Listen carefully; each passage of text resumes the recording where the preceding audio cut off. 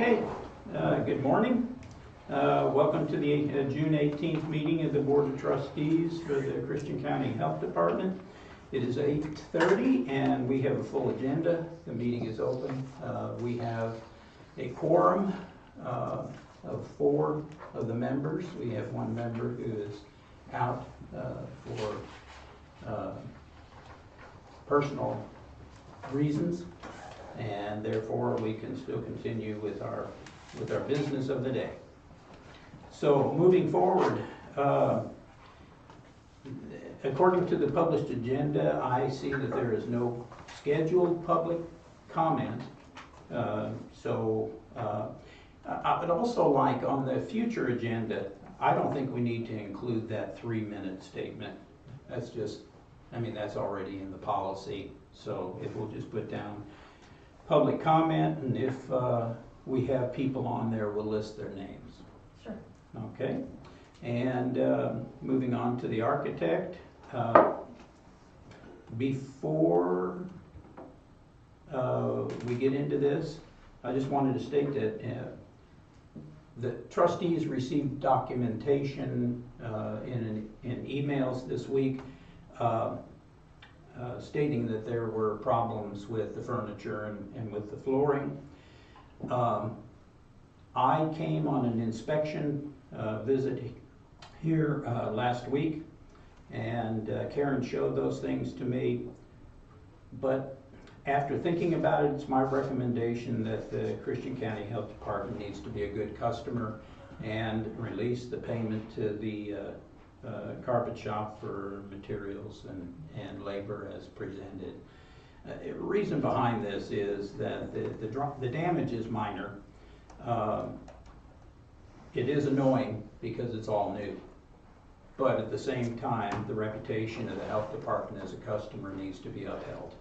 And therefore, I think it's also the reputation of our architects firm, since they've been doing the negotiating for us, and the interior decorator. So I'd like to just dispense with that, and we'll go ahead and release their payment. Is there any anything discussion? major wrong with, I mean, what's? No, it's all, in my opinion, it's all minor. Okay. Minor damage, and there's some rippling or bubbles, Yeah. in the flooring here that this is an older building. I don't know if that's something that is 100% avoidable, Yeah. but unless the light is correct, you can't see it. It's not something you'll trip over. Is it like an air bubble or? I don't know, it's almost more like rippling. Okay. So. There's also a tear in the floor, appears to be a tear in the floor, which Tim and I discussed this morning as well. Looks like they attempted to repair it, so. Right, and my thought is, yes, I mean, they can repair that. We don't need to have them come in and take up the entire material in order to do that. And that's in essence what you're saying. If you don't pay for the material, you're saying, I don't want it. Yeah. And that's not entirely true. So, is the board in agreement with releasing payment despite the fact that there are scratches? There's some imperfections on the floor. Will you take my word for it? I think there's some damaged furniture. There's some glue that's needs to be removed out, what they've removed out. They did come and they got the majority of it. I would say, and if I'm allowed to speak. Sure. Okay. It is my job to make sure they still finish their job. So the things that are not fixed, even if you go ahead and pay them in full, they're still required to fix. I walked most of them today with Karen. Some of it I wasn't aware of. The tear in the floor is definitely tear in the floor. I did just talk to our interior designer about the vinyl problem. And she was notified by the mover, trying to get information about how to fix it or what to do with it.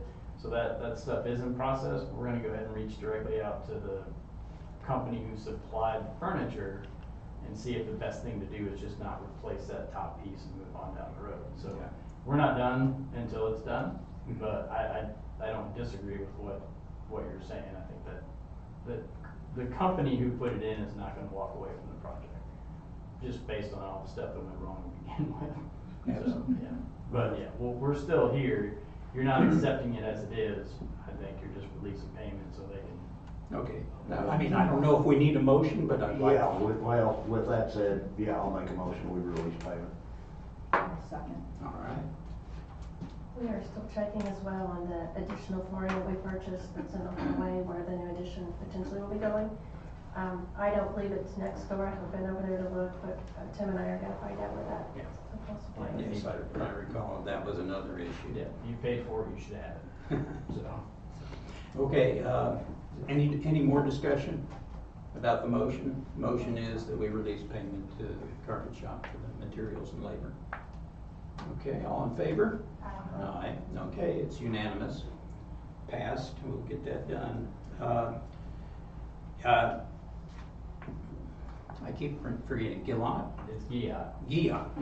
Mr. Giat, do you have any particular updates for us? Yeah, so just a quick update. I was gonna talk about the floor, but you took care of that, so we're good with that. On the floor plans, I think we have figured out, I don't have anything to present today, but if you can give us about a week, we'll go ahead and email it out to the board.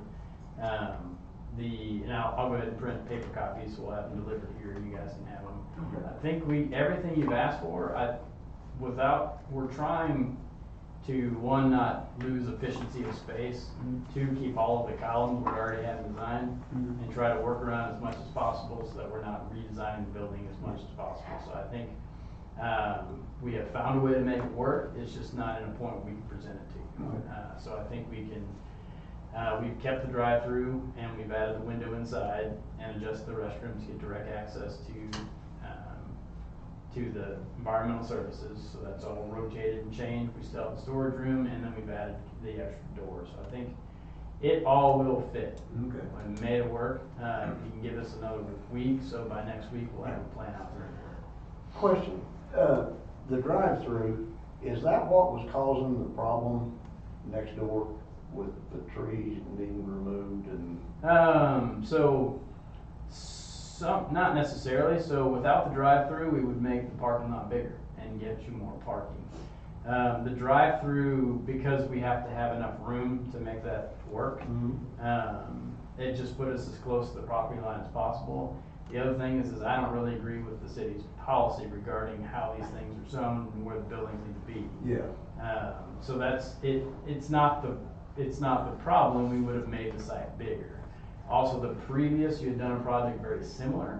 We haven't changed our distance to that property from the previously approved project.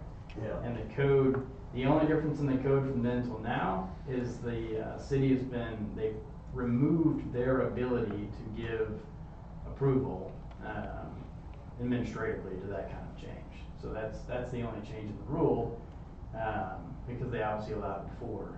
But the parking lot size hasn't changed, the building size hasn't changed. So on that note, your neighbor has changed. There's a new neighbor. So the previous person, Pat Garrison, who lived there, had passed along all of our information to the new neighbor, and I spoke with her last week. She called and contacted us directly and seems to have the same opinion that we had with the previous property owner, that if we built the fence, which we're required to do anyways, and then essentially just put a couple of plants on her side of the property, I think she won't have an issue with it. So she gave me her phone number and everything. I can send that to you guys if you want it, but she basically said, I said, well, we've got a new board, we're making some changes. Once we get that worked out, we'll reach back out to you and Did the sewer issue get addressed? I spoke with her about it, and she had no idea how her site was working either. So I kind of started there. So we will, now that we have a new property owner, I got her email address. Yeah. What the city told me is I can just email her and the city at the same time, and they'll go out and figure it out. As long as she says, yes, you can go on my property and figure it out. Well, So we'll take care of that this week as well. I mean, to me, it would be the city's issue to address, because, I mean, nothing else but a scope down, to They see. seem to want her approval to do that first. They're gonna do it from the right of way anyway, so I don't know why it matters, but I'm sure they're just trying to avoid any problems down the road. Yeah. And, yeah, even though unnecessary, Yeah, and good neighbor. yeah, everyone, I mean, they're willing to do it and figure it out, so there's no issue from the city standpoint, they just don't wanna go on her property without permission. Okay. And since we had, I was happy she reached out to us, cause we would have, other than I think Karen noticed people moving. I saw a lot of furniture we're not- coming and going, I was worried. Yeah, we're not starting over, and apparently they're friends, they know each other, and she has our drawings, and she was notified of that when she purchased the property, so. Good, okay. Any other questions? All righty. You're free. Appreciate it, thank you guys. Thank you. Give you your seat back. All righty. Next item on the agenda is the pay analysis by Alice Appreciate it. Yeah, thank you. Akers and Arnie, Yeah, this is Carolyn O'Kelly. OAAA. Okay, yeah. Thanks for having me. Good morning. Just here to answer any questions you might have or brainstorm anything, so just feel free. Oh, I just want to make a comment. I met with Carolyn last week, and for those who don't know, the health department is a client of Alice Akers and Arnie for all things human resources except payroll. Right. And according to the pay analysis, what I see is that we have 6 employees who are below minimums right now. And I think everybody here got a copy of that and has looked over it.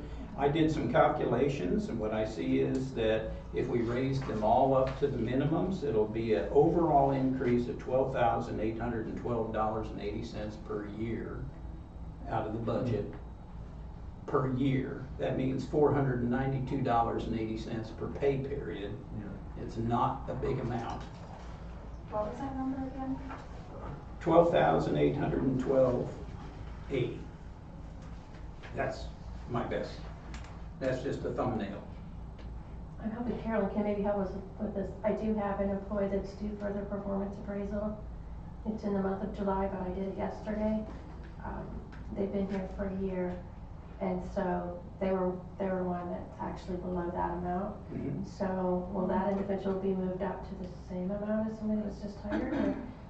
Or what do you do in situations like that? Because You typically do both, so you would move them to the minimum, and then instead of perhaps a 2%, it might be a 1% increase, but they would typically go slightly over the minimum at that point, depending upon how the performance went.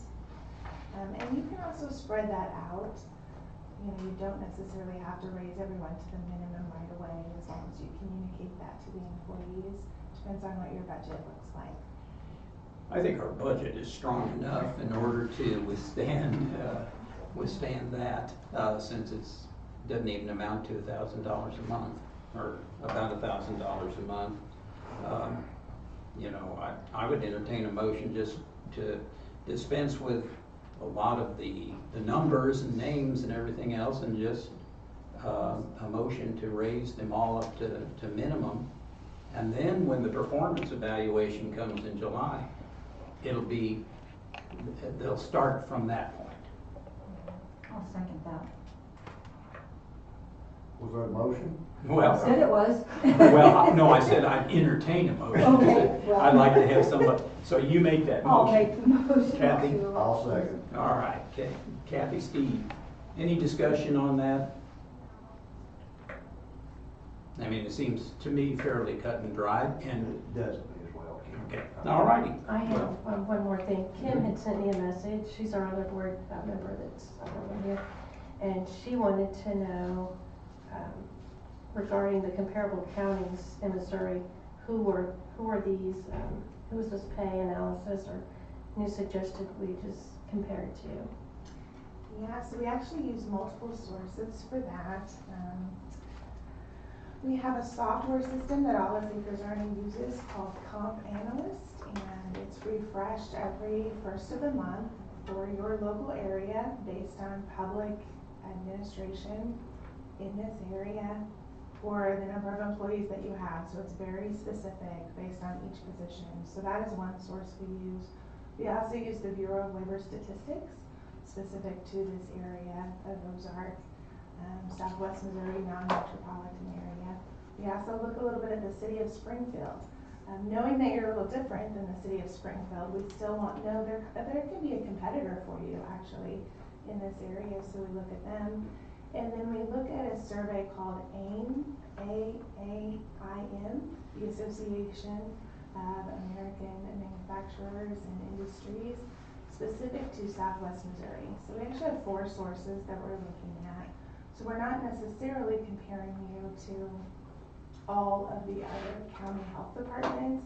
We're comparing you to not only those folks, but also other folks in the area as well. So and then we take an average of those 4 sources based on each position. So it really doesn't matter what the job title is. You guys can call your administrator an administrator. Some health departments call them directors, some call them community health directors. So we're really matching job duties to job duties. So I hope that helps answer your question. But Yeah, at least we got it from the horse's mouth. Yeah. Any other discussion on the motion? All right, Thank you, Karen. going twice. All in favor? Aye. Okay, it's unanimous. We will raise all of the individuals who are identified on the pay survey up to their, at least, to their minimums, effective immediately. So, were there any other questions for Carolyn? So it's taking effect today? Yes. Yeah, I considered saying that with the next pay period, but then we're getting awfully close to July, and so I'd just as soon we establish it today. Plus, it's off our plate now. Caroline, can you spell your last name? O apostrophe N-E-L-L-E-Y. So O'Kelly. Yeah, it's got Kelly with an E-Y. E-Y. An E-Y at the end of the whole thing. Morning. All righty, well, thank you very much, I appreciate it. Yeah, I can't think of anything else that we had for you. Okay, well, we worked with you guys for several years, so I appreciate your business. All right, Thank you, Karen. thank you, Carol. I'm so sorry. Yeah, great job. Thank you. I would like to also note something here that we've been noticing all along, and noting all along, and that is that Patty Smith, a long-time employee of WIC and of the health department, is going to be retiring the end of August. I would just like for the board to consider, since we realistically can't give her an exit bonus or anything like that under the new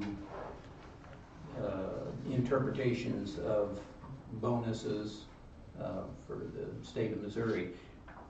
But I would like to offer her like something from the Board of Trustees. I would like each of us to contribute to it, and my recommendation is like a $250 gift card or something. If it's $250 too much, too little, just think about it. We'll address it again in July. She's not retiring until August. I don't have a problem. Okay. What I would like is, though, for us to funnel the money to our treasurer, and our treasurer will be the one to purchase that, if you're okay with that. Yeah. All righty. Well, moving on with the agenda. We're up to our secretary report. Okay. So I distributed the minutes with the one correction for, actually, we'll go with the April 16th minutes first. Those were distributed. I did not hear any corrections to those. So, I saw many copies, so can you tell me what the latest date is so I have the right ones to put in our file? Which is the last date that was updated on that? I don't know if the date that was updated. We can get that to you. Can you send that to me? It was, yeah, just the very last one. I can probably pull it up here real quick. If you can tell me, if it saves you time, please just send them the very last copies, because I have what seems like a million emails with those. Okay. Is this it? Here's the final draft. Yeah, I'll be June 17th. Okay, June 17th, one copy. Oh, that's, No, that was just. No, that was yesterday, that was the, That was I'm sorry, 21st. that was the 21st, yeah. So that one, Yeah, it's for the meeting on May 21st, but she yes, sent we're it out. talking about April 16th. Oh, okay. Yeah, we'll get that We'll to get her. to Just please send us, yeah, all the copies that are being approved, that's great. Okay. Well, is there a motion to accept the April 16th minutes of the open session? I'll make a motion to accept those. Second? Steve? Okay. Yeah. We've had our discussion. Is there any more discussion? All right. All in favor? Aye. Okay. The minutes will be accepted as published of the April 16th meeting. Next is we had a meeting on May 21st. Yes. Yes. And those had the one correction that was noted and sent out yesterday, and that was on the start date for the full hours. Okay, the continuous Yes. open from Yes. 8:30 to 4:30. And it was changed from June 1st to June 17th, and that was the only correction that I had on here. Okay, I'll make Yeah. a motion to accept those. thank you. And I'll second it since we've got a shortage of people. All in favor? Aye, it looks unanimous again. Okay, we had a special meeting on May 6th, which was specifically for, it was a closed special session. And the product of that was the performance evaluation. We generally for that, the performance evaluation itself is the minutes. So I'm not expecting, are you planning on publishing any additional minutes? No. Okay. So that's already been accepted and approved. Was there a closed session on 21st? Karen, do you recall? That was, yes. There was. There was, and we did not have a, No recording. correct. That's right. Okay. I think we just did some performance evaluations at that. I'll look back on my notes. I think I've got some notes in my, Yeah, I looked back on what I had written, and I didn't have anything. okay. All right. I have notes somewhere, but I don't have those. And was there a closed session on the 16th of April? That I cannot remember. So, I believe it was. yes, and I'm pretty sure we've had closed sessions ever since. Oh, actually, that was the one. actually I do have it. Yes, that was the. I have notes on it. Okay, Did you take notes? I did not take notes on that. That I'll was send this to you. It's just 3 Okay. lines. I thought, and I thought it was a quick one. Yeah.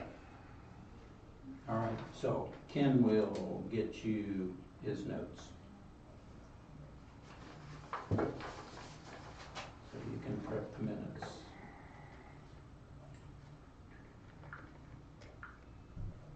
All right. So we have approved the meeting minutes of the 16th and of the 21st. There was one other set of minutes, which was a special session with just the 3. Do we want to try and approve that today, since only 2 of you were at that meeting? There's. No. There's Kim. Kim was Kim was there. she's not right. here today. Okay, all righty, so it will be deferred to the next meeting, deferred, D-E-F-E-R-R-E-D. All right, let me see here. Well, that does it for the secretary report, I believe. Yes. All right, treasurer, you're in the limelight now. Okay. With the information that I was given, we are currently on pace to go over our $1.1 million budget in salaries this year. But we only budgeted for $1,054,000. I'm not sure where we're gonna get that excess from. And I know that we have our infrastructural personal grant. Can we bill some of the, which employees can we bill under that? And how much can we do, and are we behind on that billing? No, we're not behind. The billing report for today's meeting is correct. And I have added Emily's salary, which is one of our new nurses. That's the only other one that I could add. But as we've talked about before, it was all for PRN nurses, so there's 4 of those. And then there's Connor, our billing position, Connor's our marketing position, and our billing position, Shelby and Emily, our new nurses. Those are the only ones we can bill with that. Okay, so we're not behind on that billing at all? We're not.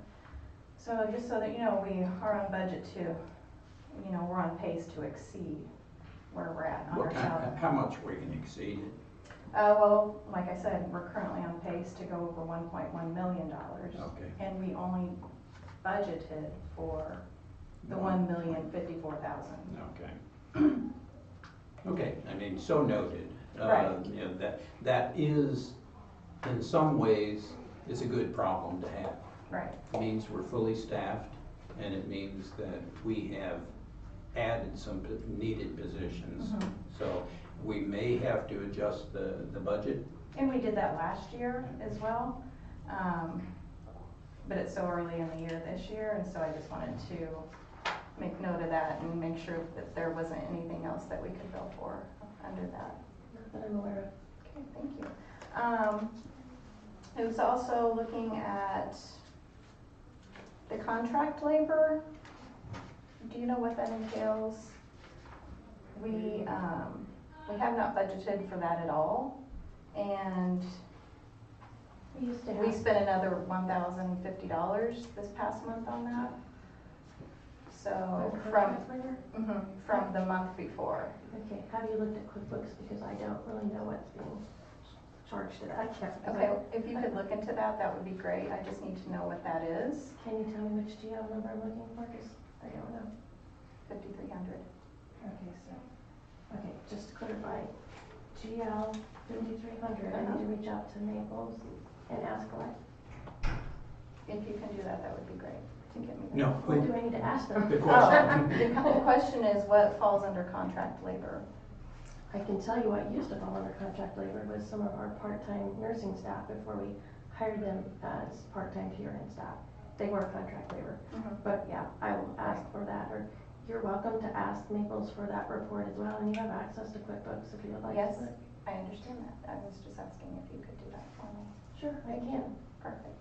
It will be extra charge to Maples Properties because they do charge us by the hour.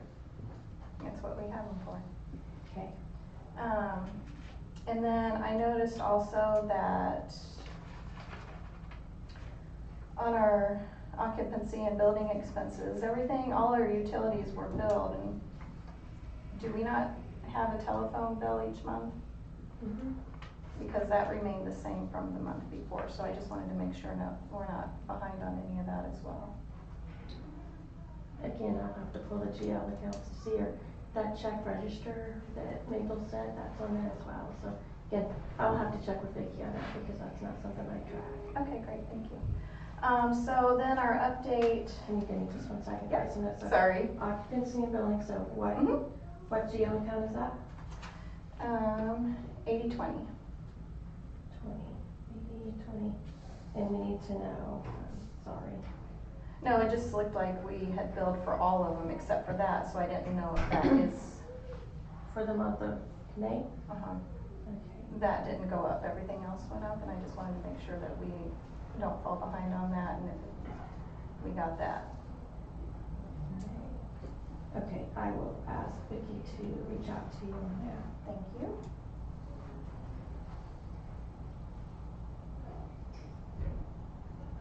So we met with the CPA and discussed several things, and she recommended to amend the budget mid-year and also again at the fiscal year's end to clean up some things.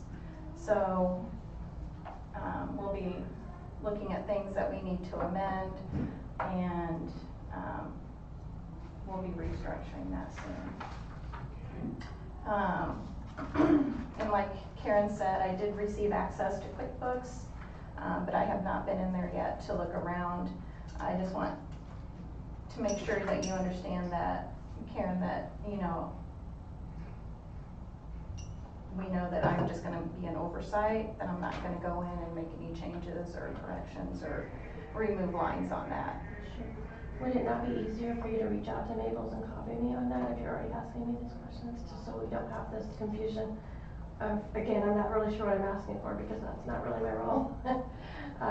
I just wanna make sure that I get what you need, but I also wanna save money for the whole department.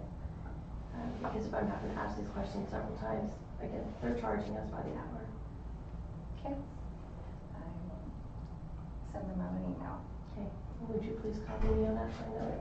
Sure. If I need to ask additional questions as well, or so I understand what we're talking about here. Okay. I appreciate that. And then all of you guys know that I did finally receive access to the credit card statements. I still do not have a card in use, still have not received that. And what I guess I just don't understand is why you canceled your card and shredded your card before I even had access and received a card in the mail. Because that really put, you know, purchasing on a bind for the department, and now we have to resort to cash, and that's hard to keep track of. I was informed in order to get you as the administrator on the account, that I could no longer be on it, and so that's how that happened. So I don't know when you're supposed to get your card, that's something between you and the credit card company. I, again, have told you many times that I could not give you my username and password, that's illegal for the credit card company, I could not give you my security questions and responses, but I had no choice. I got on there to see if I was still on there, and they removed my card. My card no longer works, and so yes, I did shred it, because my personal information is still tied to that card.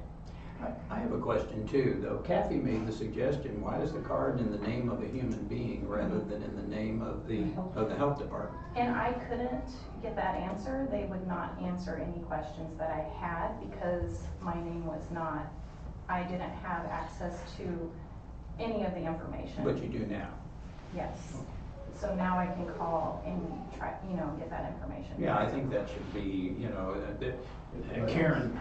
Makes more sense. Yeah. Right. Yeah, it makes much more sense that way, you know, you can just change a signatory just like we do for the bank accounts for these, Right. the bank checks. Or did they allow you to do that? Because I was never given that option. Well, you know, I just got access on Friday and I didn't have time to make a phone call yesterday. So had I had more time, yes, you know, I would have called and got that information. Whenever I started, the credit card was in the previous health department administrator's name, and so we couldn't use it. So she took it and canceled it. I went to Simmons Bank trying to get a credit card, and they rejected us, and I don't know why. So I had to finally go over to Ozark Bank. It took me 3 months to get a credit card to this health department. The only way that they would allow us to have one is in my name. Well, that's peculiar, but Yeah. now that you've got access, we can look We have at that. access, I just don't know when we're gonna have a card available. I would suggest that you reach out to Karen, treasurer, Karen Matthews? Karen Matthews, Well- treasurer for Christian County, and see how they do that. Yeah, I mean, which I think with Ozark Bank and the president now starting out as my junior loan officer, and we just had a relationship all through the years.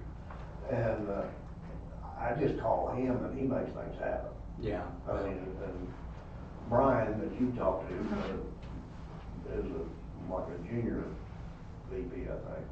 But, Yes, he was. you know, Scott And I told Scott about some of the problems, and he's like, yeah, you know, Okay, well, I've We've never got a agreed with treasurer. having my name on it, so again, I'm glad that you're taking. we got a treasurer, she'll Yeah. make that work, Yeah. so. and I agree with Kathy, that's just more Right. proper, even though Tanya is the treasurer, it needs to be more like a bank account, you know, where you can change the, yeah, Yeah. the people that use it, Right. instead of going through all this rigmarole. Yeah, okay, well, we'll look forward to what answers you get on that. I've got a question, and this is one that I'd ask you to look into. No hurry about it, but I'd like to see a full accounting of the services provided by Atlas Security and Alltech Solutions. Just to know what their Yeah. contract and relationship with us is and what we're paying for. I am going to start that. Okay, I'm sorry, who was it, Allison, who, Alta? Alltech and don't we have Atlas Security here? Okay, Yeah, so you can get that information from Vicky, so I can request that, her to reach out to you with that, or you can come in and get it. Yeah.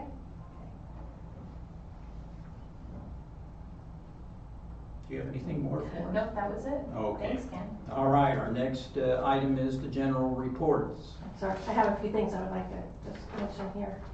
I'll actually, yeah, go ahead and then. No, I was done. Do we need- Oh, you were? do we need Yes. to accept these? I'm sorry? Do we need to make a motion to accept the? Oh, financials? yes, I'm Well, so, typically not on the treasurer's report, is it? No? well, we receive the Yeah. financials as published. Right.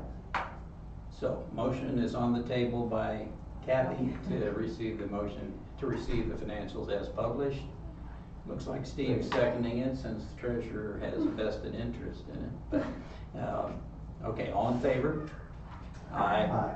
It's unanimous. I'd like to run through my list of things just real quick, Okay. if that's okay. So- This is relating to the treasurer? It is. Okay. Yeah, so I did receive instructions from Ozark Bank on how to set up your online access to the bank account, so I sent that out to everybody. Did everybody receive that? Okay, and so if you have any questions, please reach out to them because I can't help you with that. Let's see. Tanya, if you can send me the information again, I did not take good notes when we met with Mary Miles, the auditor, on June the 4th. So I know you had requested, or Ken maybe requested, to have the COVID-19 line removed from the budget. Yes. Were there other things that you wanted me to have them remove, or do you want to just include that in your email to them? Yeah, that's all. Actually, I did. Yeah, Yeah. I mentioned 4230, Mhm. 6005, and 6010. Yeah. Those are the ones you wanted removed? Yes. Yeah, Okay. they're empty lines, Yes. and we won't ever be using them again. Okay, would you like me to let them know that, or do you want to put that in your email as well? To Naples Properties, because they'll be the ones to remove this. I can add it to my email. Yeah, it'd be just nice so to that it's put it not in one. excessive, yeah. Okay, that would be, thanks. Did you say 6005 and 6010? Uh-huh.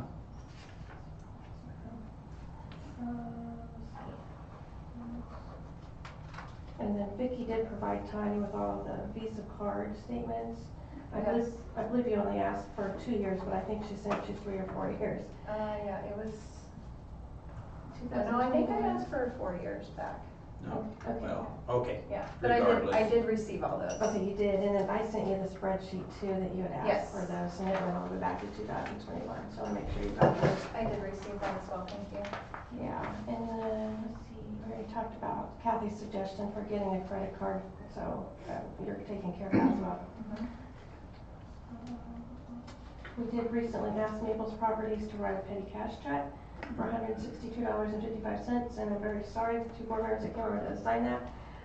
Whenever it got signed, went to the bank, our clerical staff mistakenly stamped it for deposit.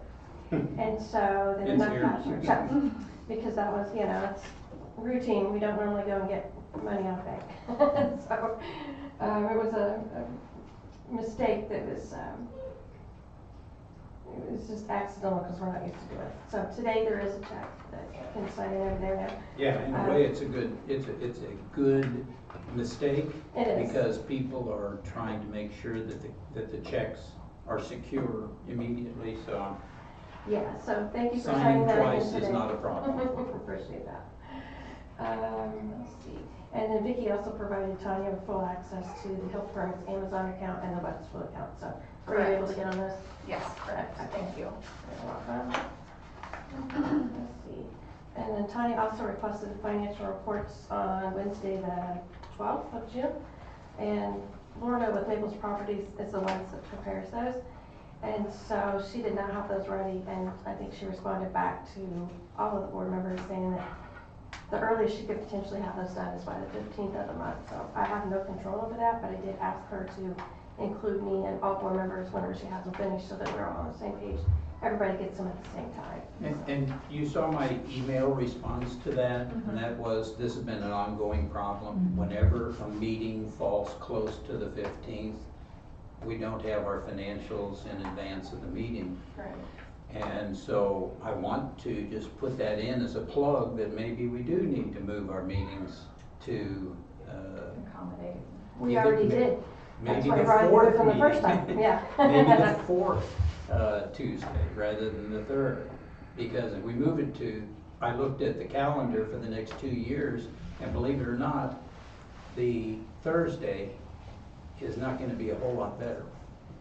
The third Thursday, so, you know, consider that we may have to alter our meetings here, That would be more helpful, for sure. so. Do we wanna make a motion to do that? Yeah, I'll We make a can just- motion to change our meetings to fourth Tuesday of each month. I'll second that. Okay, second by Tanya. Any discussion? Is that gonna cause a hardship for anybody that here? The fourth, Fourth Tuesday of each month. I can't do anything on Tuesday. I have one other thing. So then Tanya also requested. Oh, we haven't we haven't. Oh, I'm sorry.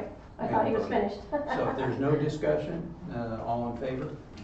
Aye, okay, meetings effective in July will be the fourth Tuesday of the month, and we will reflect that change in the bylaws as well.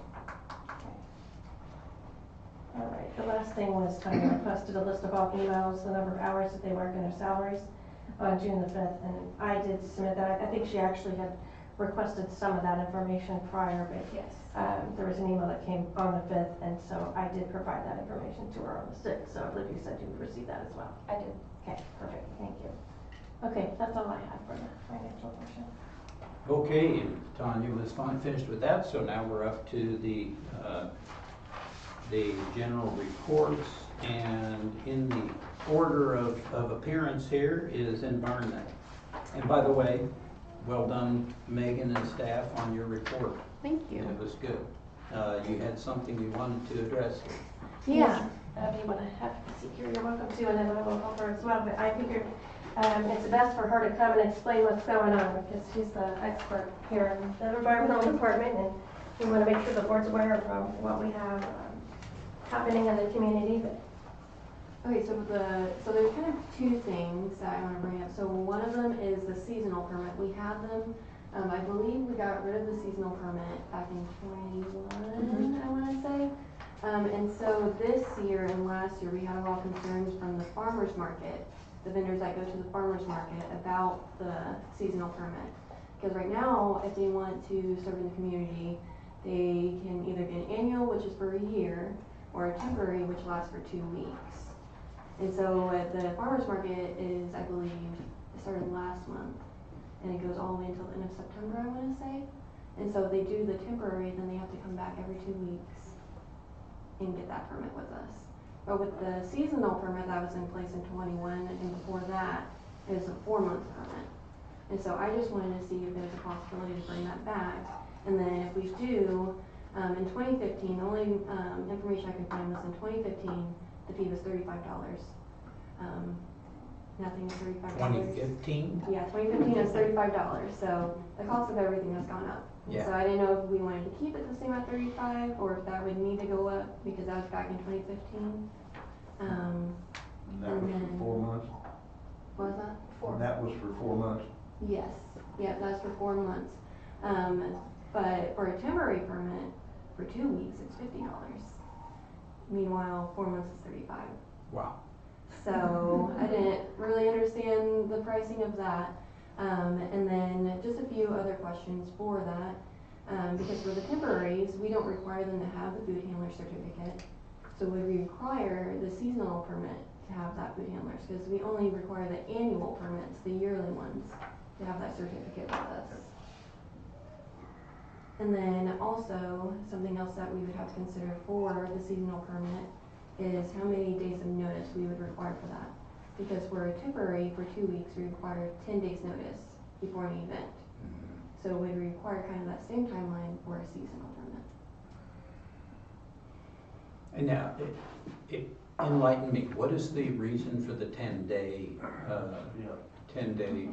It's Notice. just kind of, so that's just for the temporary event. So that's kind of like if we have an event on the weekend, Saturday, Sunday, that we have staff to go out on the weekends, because our schedule is Monday through Friday, and so we need to have that notice, make sure that staff can be out there that weekend. Because if we get a notice 2 days before, and there's no one can make it out that weekend, then there's nothing that we can really do. And time to prepare, right? Yeah, time to prepare, we gotta print off permits, gotta get, scheduling on the schedule ready for it, and make sure if it's a really big event like the duck races, all three of us have to go out for it, because there's gonna be so many food vendors out there. And the so- payment's a problem too, because they have to pay for it prior to the event. Right. But if you're gonna be out there already, and even if somebody is, let me start over. The duck race is an annual recurring event. Right. So should there not maybe be maybe a different procedure for those recurring events that have happened every year for the last 5+ years? Since you're gonna be out there inspecting these, maybe a little more leeway on the. Right, on and the- Like a those- common sense clause. I think there may be some current concerns that they haven't paid though. We don't want our staff members to be taking payments out in the community. That's Well, one of my no, concerns. I don't mean that you do it ad hoc. You don't do it just the day of. So Yeah. you say, hey, Right. is there anybody here who needs a right, permit? and last year, I believe it was for the craft show, I was on clerk duty, and I had people coming the day of while the other 2 inspectors were out there Mhm. trying to get that permit, and so that's why we kind of also have that in place. It's nothing that, I don't really know where the 10-day period came from, that was before I got here, Mhm. but it is on our application saying that, Right. our office, we need 10 days prior to the event, applications not received 10 days prior to the event may be denied. And so we're just trying to stick with policy and But just kind it of do does say that. may be denied. Yeah, not shall be. Right, So I think, if somebody's maybe misses it by 2 or 3 days. right, and so it's kind of where it gets a little sticky, because if someone does it 9 days, and we're like, okay, it's 9 days, on the paperwork it says 10 days, and someone kind of like tries to come in 2 days before the event, they're gonna be like, well, you let someone within the 10 days turn this permit, so why can't I? Kind of thing. And so it's just kind of that treating everyone the same and fairly. Yeah. And so it's a little hazy there. Because I agree, there's some people that I think, yeah, they can, there's no problem with letting them do it, but then where does our policy kind of hold its weight? Deteriorate. Yeah, yeah, Well, it sounds to me like we need to have a policy for the events that are reoccurring events, and a policy for special events that just come out of the blue, that maybe a one-time thing or something like that. But isn't it the same process no matter what? Like if it's- yeah, so each event, so I'm not from here, so I don't know every event that goes on Mhm. in Christian County. So I know of the duck races and I know of sucker days, but those don't fall on the same date each year either. And so there's really no way of knowing, okay, this weekend is gonna be duck races. We don't know until the event goes out. Isn't there a county calendar or a community calendar for that? they could, I'm not sure, I tried getting in contact with Saratoga, who does the duck races, yeah. and they are very hard to get a hold of. I haven't been able to get a hold of them yet. For sucker days, it was a little bit easier, but some of these events, they don't have contact, phone numbers, they have emails. Mhm. And so sometimes emails are just a little bit harder to get to. I have emailed them a few times and I haven't heard anything back yet. So I am trying to get out there and trying to get some more information from them. And then even on like the temporary event for the duck races this weekend, on their website,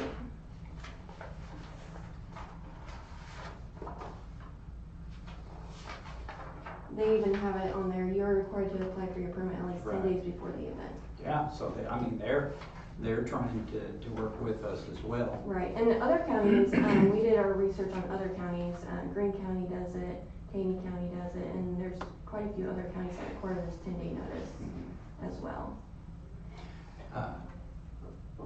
Somebody else other than me. Well, I mean, it does say maybe Right. refused. I mean,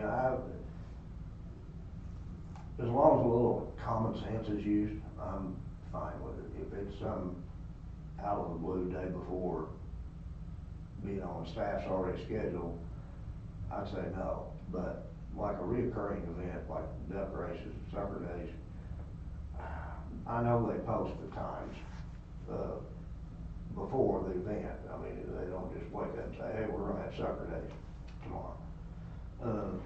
As long as there's a little common sense used with. But I'm with Well, Megan that you have to have a cutoff, because otherwise, it's the old rule that if you give them an inch, they'll take a mile. And so, Well, we've got a cutoff, but there may be some extenuating circumstances, and the word may versus shall, I think, will handle that. Who is that decision gonna be left up to? yeah, that's why, you know, I guess I would leave it up to environmental health, to you as the supervisor. If you don't have staff, you can't do it. Right, and so another thing is with the recurring events, so does that mean that events that are showing up, that maybe they only do it just because they wanna do it this year? Are we gonna treat them differently? Because they're not doing it every year, maybe this is their first year wanting to do it, and maybe becoming a yearly thing to do. So are we gonna tell them, no, you have to follow the 10-day thing, because this is your first year doing it? And so that's where.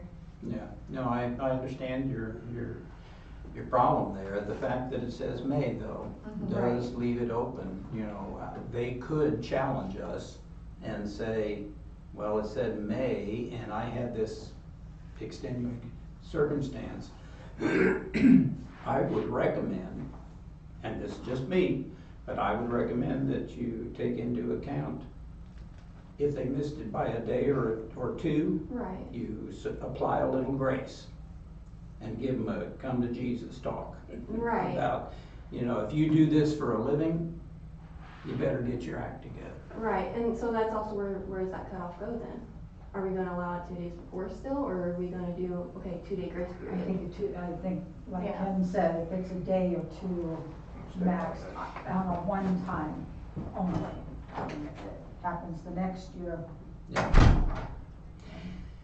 And that's hard to put into policy, Right. but, you know, hard and fast policies, the more you define, the more you limit. And if this is, I don't personally go to the duck races, but I am gonna go to the balloons on Friday. And it's a community event, it's a community, I don't know, what, an attraction to bring people into our community as well as tax revenue. So I don't think we should be overly strict. If you want to use a different cutoff date, change it to 7 days, if you could work with that.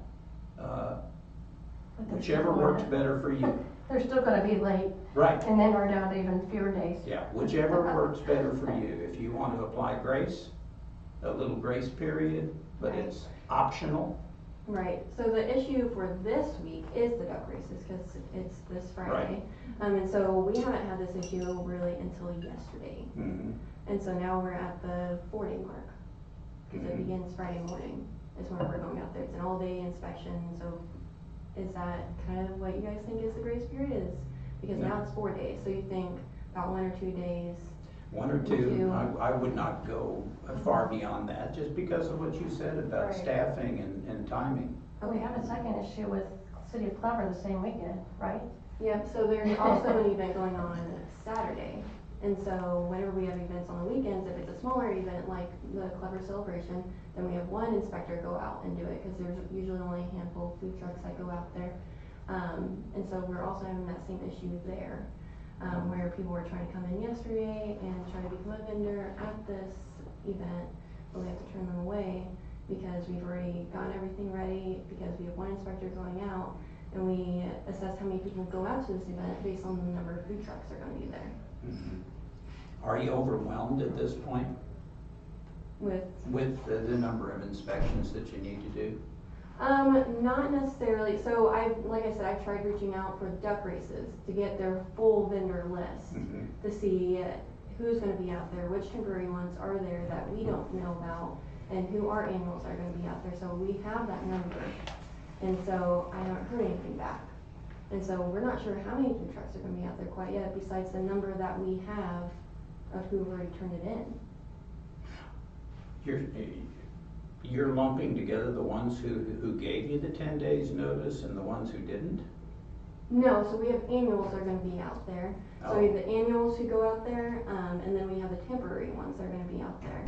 Okay. So we're trying to get a list of who they have, because the organizer should have that list of who they have that are gonna be vendors at their event. So we're trying to get that list to see what matches on our side, to see the amount of inspections that we'll have to do. And that isn't even clear at this point? No, I've emailed them twice, and I haven't heard anything. Our understanding that they were still accepting people yesterday when they should not be, even though we have this disclaimer that you need to have this 10 days in advance. They're not following their own rules. And now we're being bashed on social media as the health department when we're doing the correct thing. We're following our guidelines that were in place by our board, previous board, because I do remember that 10-day period being approved by the previous board. Yeah, and if I recall, I don't know if that was during my tenure or not, but just my thoughts would be that our staffing in environmental has fluxed, from down as low as 1. And so if you put a very generous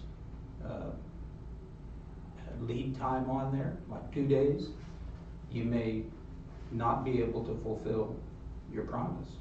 And we don't want to ever get to that point. Right. So I agree with the idea of a firm cutoff point. It's published everywhere. But as far as the board is concerned, as far as I'm concerned, I think that if something comes in very close to the cutoff date, you can apply grace without violating your principles. Agree. I don't think it requires a motion. We're not changing your policy. Okay, so like I said, this week has been the problem. So you agree that all these people that are trying to turn in their permits yesterday and probably today, we're good to cut it off? Yeah, Okay. yeah, we're just, I know it's their livelihood, I know it's, but I have a granddaughter and grandson-in-law who do this kind of thing, and they plan for it. Right. So. Our staff has been, I've heard them on the phone, they've been educating everybody that calls and apologizing and letting them know to reach out to your organization or the event coordinator.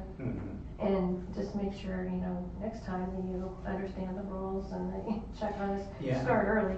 But I do recommend that you look at those forms and the date of receipt, and if it was Right. If it was 1 day late. Right, yeah.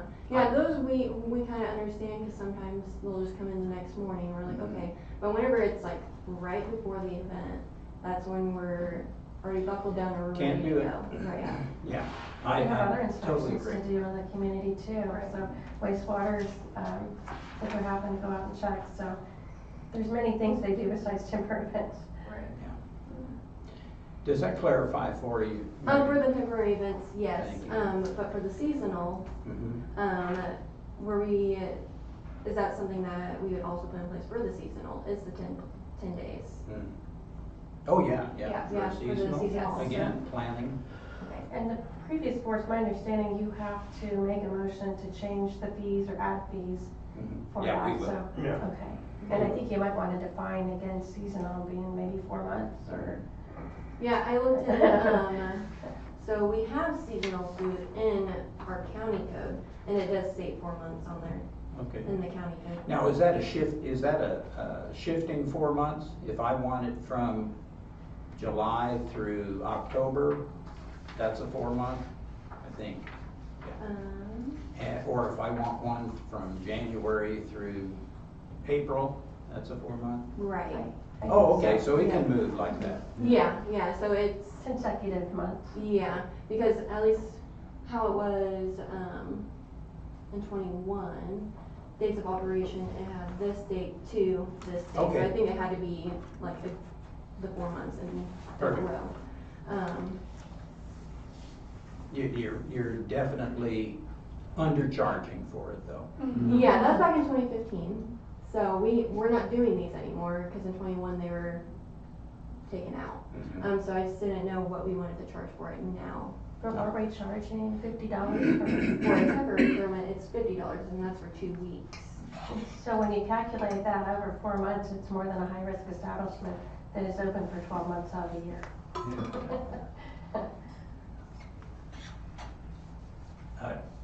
I have no idea what a What- reasonable or fee would be. do people squawk on the $50 for a 2-week deal? Have you had any complaints about Very that? few, not many complaints about it, but we have a few. It's not something they'll hear every time. I think the question from the organizer of the farmer's market here in Ozark, she had some concerns because people are not gonna wanna pay that every 2 weeks if they're Right. gonna go for the full 4 months. Yep. And, that's going to cause them to go somewhere else and sell their produce. I just throw an idea out to, well, I'll make a motion and then we can discuss and I'll withdraw it if nobody likes it. I'd make a motion to reinstate the 4 months permit and charge $100 for it. I'd s- Okay. Steve made a motion to reinstate the seasonal permit for 4 months at $100 for the 4-month period. Kathy seconded it. Any discussion? I'm gonna ask you, Megan, any problems with a $100 fee on that? No, I don't think so. I don't know if this matters for it, but for low risk, for an annual, it's 100. So, and that's for a full year. For an annual? For an annual, for a low risk, so that's like coffee shops or snow cones, kind of thing for a low risk, Mhm. kind of thing. Well, like a farmer's market, what would be the high risk there? So for a farmer's market, this permit isn't necessarily just for a farmer's market. Yeah. That's just what we're seeing for the seasonal, is Yeah. what they're wanting it for. So that would be for like, if they're doing barbecue, mainly like raw product Yeah. to temperature is what we see as a high risk. Oh, yeah, down at the farmer's market, they sell meat. Okay. Mm-hmm. But it's $50 for 2 weeks, so we'd still need to keep that in case somebody just wanted to do 2 weeks, right? Right. Yeah, we weren't doing away with that, we're just reinstating. Okay, so it'd either be 2 weeks or you're going for 4 months, Yeah. correct? Okay. Or yearly. Or yearly, yeah. I think this is still fair. I do too. All right. Okay. I mean, especially like farmer's market, these are people that, they're local, they're trying to sell their produce, and I like to see farmer's market. Any further discussion? Well then, all in favor? Aye, okay, unanimous. You have your seasonal permit back and $100 fee. And, we're supporting you with a firm cutoff Okay. for for the temporary permits. Okay, I appreciate that. So the other thing with the seasonal, it's the last thing that, well, there's two still. So for the seasonal, would they be required to stay in one location, or are they able to travel throughout the county?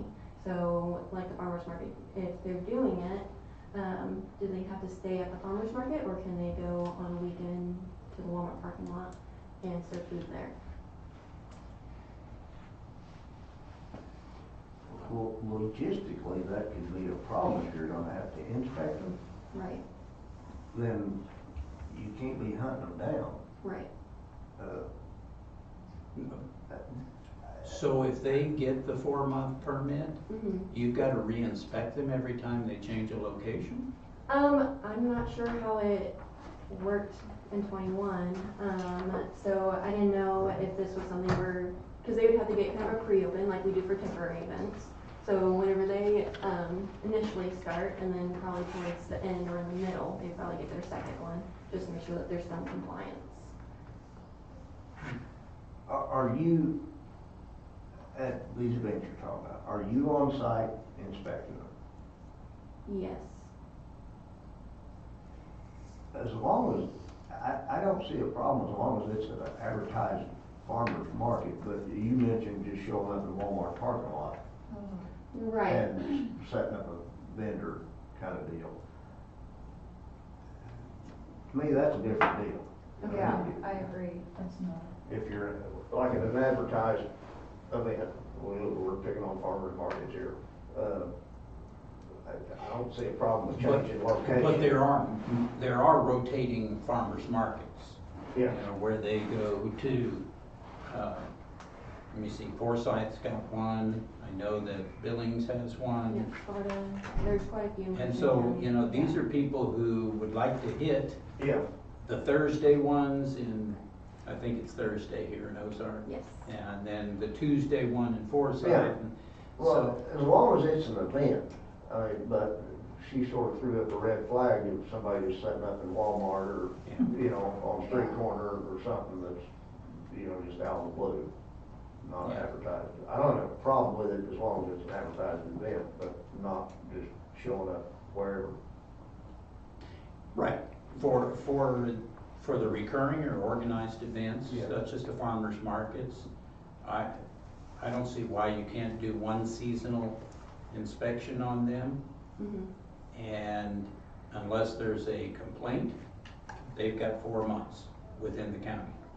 Okay, so only 2 events, so no parking lots, Yeah. just randomly because they Yeah, don't have. it has to be something established, it's not, they can't put up a roadside stand, Okay. recurring. Yeah. Recurring established event.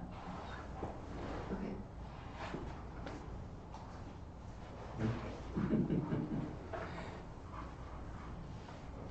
And then will they be required to have a food handler certificate as well? Say that again? A food handler certificate, Mhm. they will? They will, Okay, but not for each new location. right, so the Just food one. handler certificate, that's something that they go through a different program for. Oh, okay. It's education on food handler safety, and then they take a test and they get a Absolutely. certificate. So our annuals require that. Mhm. Our temps don't, because they're just here for 2 weeks. So I just wanted to see if we were gonna require that for the 4-month one. I think seasonal should probably have to Okay. do that, especially if they're handling anything medium to high risk. Okay. So do we wanna do it for all risks, or just medium and high? You know, I can't really see requiring that for somebody selling ears of corn at a farmer's market. We don't inspect, raw agricultural product, we just, Oh. yeah, we're not, yeah, Food preparation? yep. Okay. Right. Yeah. Yeah. And now, what is low? So that's like snow cones, basic coffee carts, they're just doing coffee and maybe some creamer, just that kind of thing.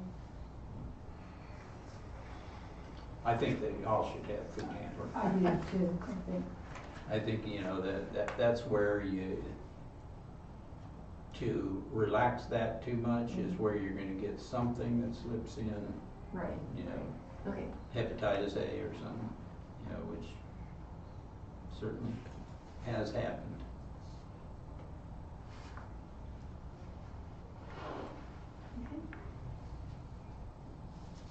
think that's it. All right, well, thank you. so much. Well, Thank you. you know, we have the organizer for the Sertoma here. Oh, hi. Hey, how are you? Good, how are you? Wonderful. And would you like to tell him Yes. what your needs are?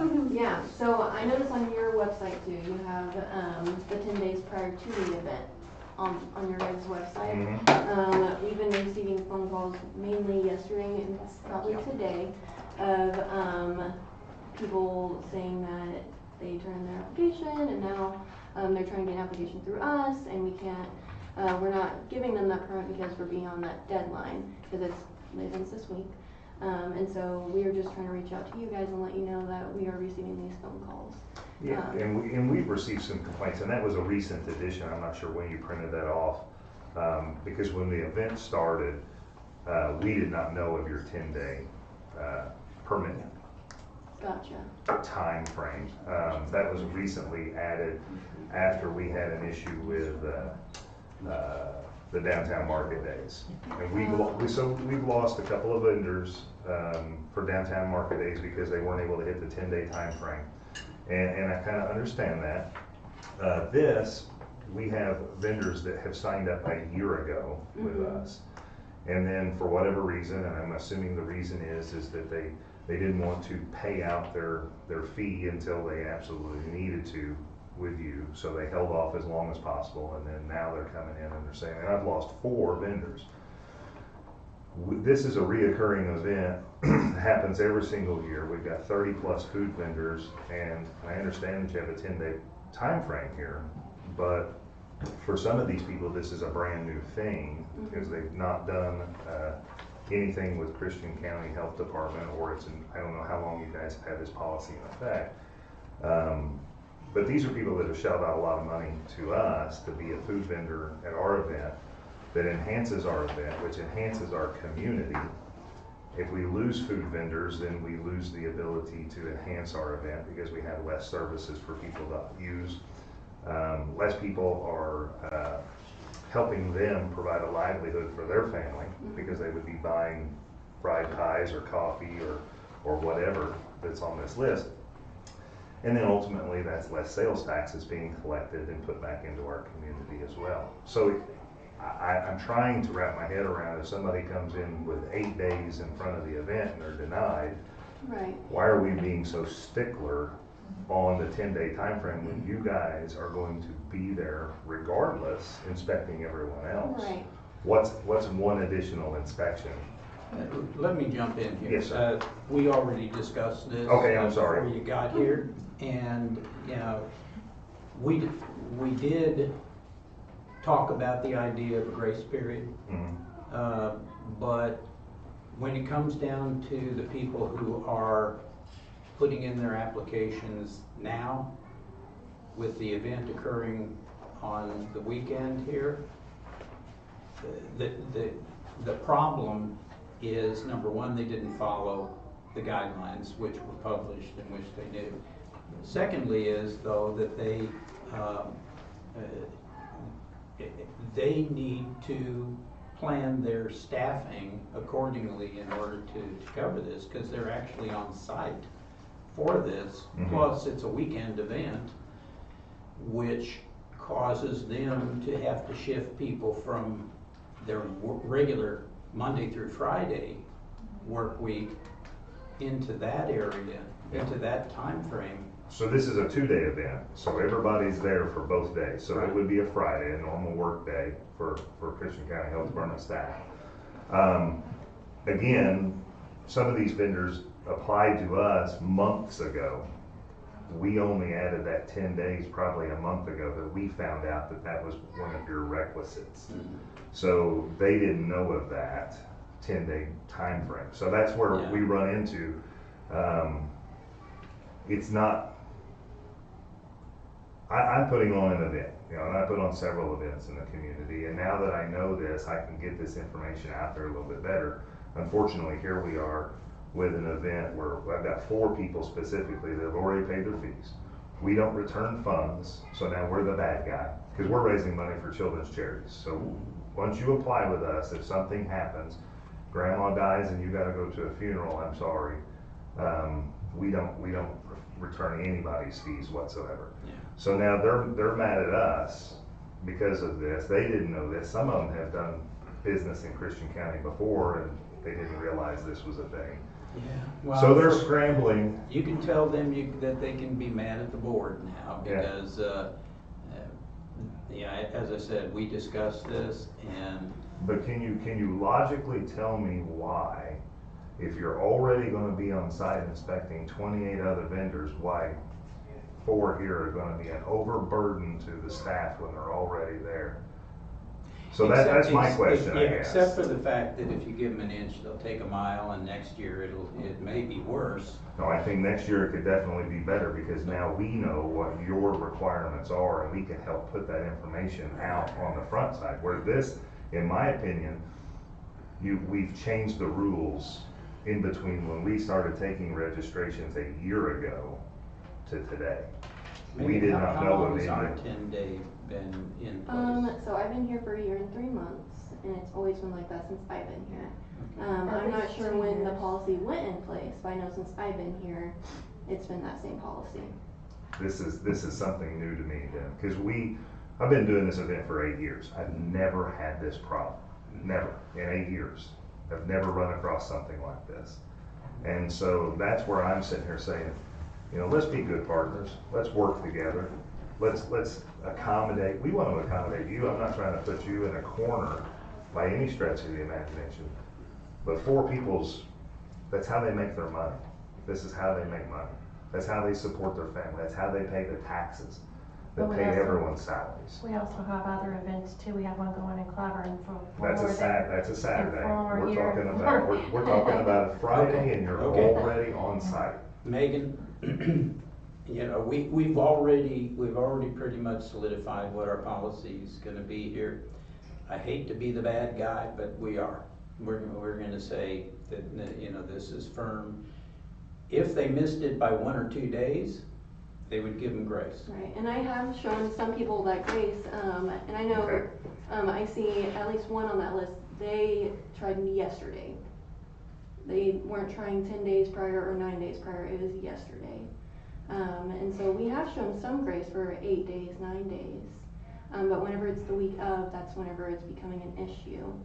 Because I don't know, I haven't been on the desk today, so I don't know if people have tried today either. So we're just trying to get enough time for staff and enough time to print out the permits and get all the materials ready. And the thing is, if they're turning it in to you guys a year ahead or 2 months ahead, why aren't they getting to us 2 months ahead? So, okay, well, I'm gonna stop the conversation here. Well, Two of you can take your conversation outside. I apologize for being late. I wasn't sure exactly what time this, and I've been at the courthouse today working. No, we understand. I just, I'm here, all too often, we see that our government is big, and they can get in the way of private small businesses trying to do work. And I'm trying to put on an event that's good for everybody involved. I'm trying to take care of some small businesses here, that their livelihood is So on the noted. line. Thank you. I'm gonna have to ask you guys, if you got more to say, please take it, because we've gotta be out of here at 10:30. All right, perfect. Thank you. We're losing a member at 10:30.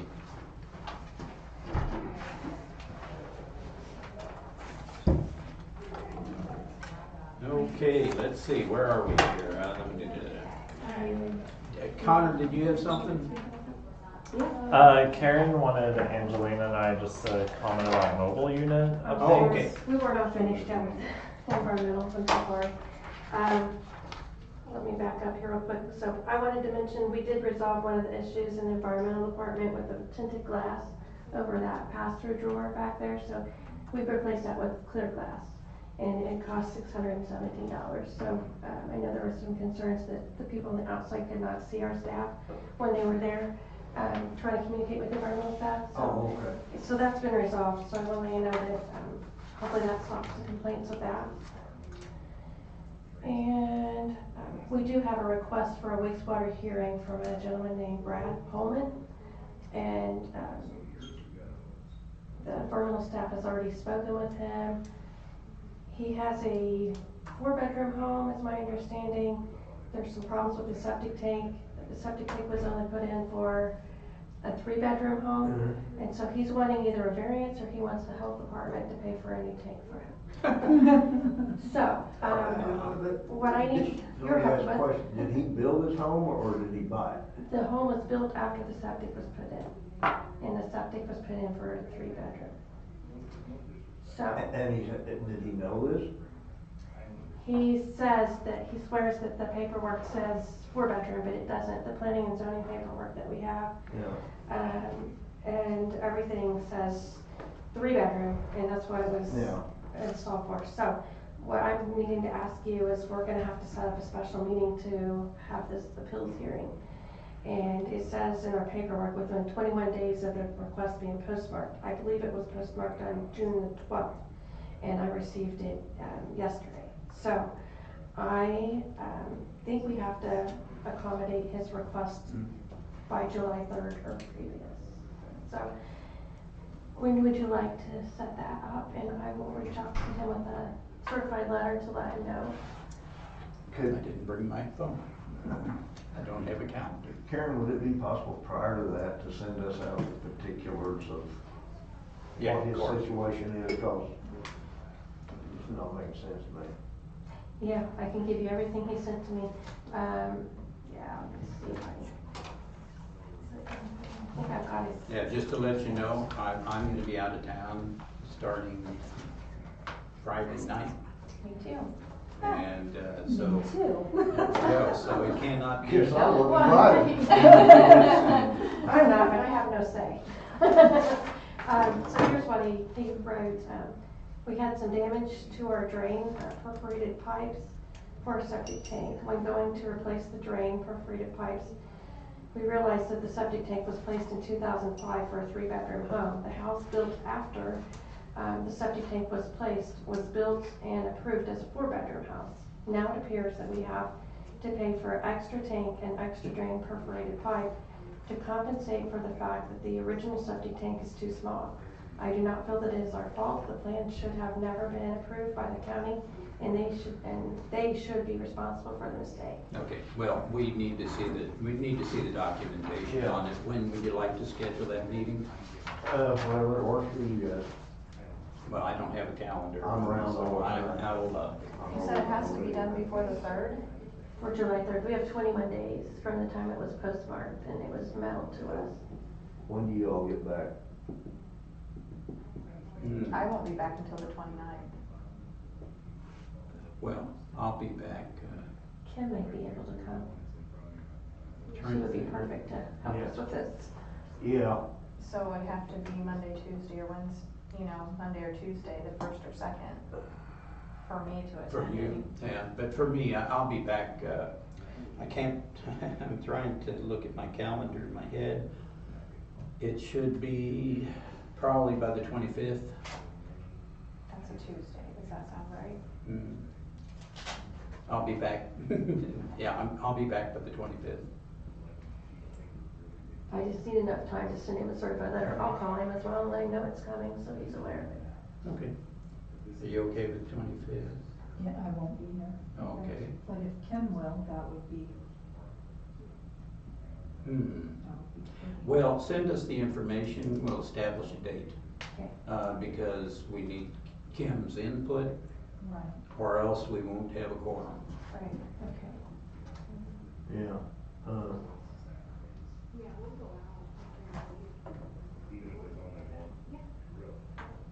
I mean, it could have been an oversight or something that somebody didn't catch, but But we won't know unless we see the documentation.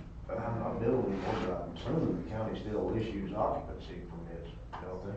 I believe so. And the paperwork from the courthouse even shows, from the assessor's office, is my understanding, a 3-bedroom. Is there, okay, is there I'm more trying on, not to get into preconceived notions, but this, is there any more on environmental? No, there's not. Okay, let's get, oh, wait a second, we're gonna address that later, aren't we? Isn't that on the agenda? The mobile unit, yeah. Yeah, it's we'll go old back through the- business. Yes, we'll go back through the reports here. I have nursing up next, is that okay? Well, I looked over all these reports, and if it's okay with the board, I would dispense with going over these reports, unless there's some earth-shattering issues. I didn't see anything here. I just have a few I comments. agree, That's just okay. because that's what the purpose of sending these reports out Mhm. early, if we have anything that. Yeah, if we're just reading the reports, that's a waste of time. Yeah, so. if I can just add my Yeah. things here, our PRN nurses are now working fewer hours because we've hired the third full-time nurse. And so the nurses are doing a really great job. Our TB case load has decreased just over this week. Jan actually had been working on those, and she did state that she's released all those over to our full-time nursing staff. So the communicable disease cases that were open, those cases are staying to a minimum as well. So I think this full-time nurse, the third full-time nurse, is very beneficial to us. And Kathy and Tanya met with our nurses on July the 11th to discuss questions, concerns that they have, so hopefully they got good information back from them there.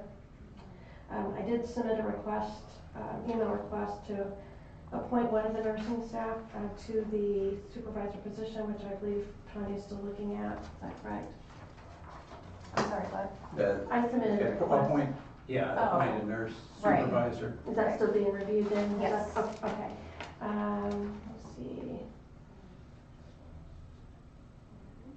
We did receive one request from a nursing student. I know that was one of the things that we're trying to incorporate a little more here. For a nursing department, do some clinical hours. Emily did reach out to that individual, but they have not returned her response. So I'm not sure if we're gonna be able to get that individual in here or not. Let's see, I think that is it. Yeah, that's it for the nursing department. Okay, do you have some concerns with the recommendation, the appointment? I mean, we'll take that up in closed session. Yeah, We we need just- to go. yeah. We need to go. Okay. Yeah, close. All right. I have a few things here just on WIC real quick. Our new WIC clerk certifier, she's officially on medical leave at the moment, which we expected. And then she will be back the mid-July, I believe. So she'll be back prior to Patty retiring. But she did complete the majority of her training necessary, so she should be up and running when she gets back. And then Michelle's been communicating with a lady that recently moved here from Colorado. She would like to volunteer her time to work as with our breastfeeding mothers here in the WIC department. And the WIC program has a lot of guidelines, so the woman has gotten a little bit aggravated about all the requirements that have been asked of her. So Michelle's still working with her on that, and she's supposed to reach back out to her today to see if we can get her back in here to help us. But she has a certification in IBCLC, which stands for International Board of Lactation Consultant Examiners. And so I think she would be a very beneficial to our WIC department because we no longer have a peer counselor over there for breastfeeding. And then our mobile unit did not go out to the Sparta Clinic on May 22nd as planned, but I have discussed with the staff why they canceled that visit, and we are on board to move forward and go out to Sparta on June the 26th as we were scheduled to.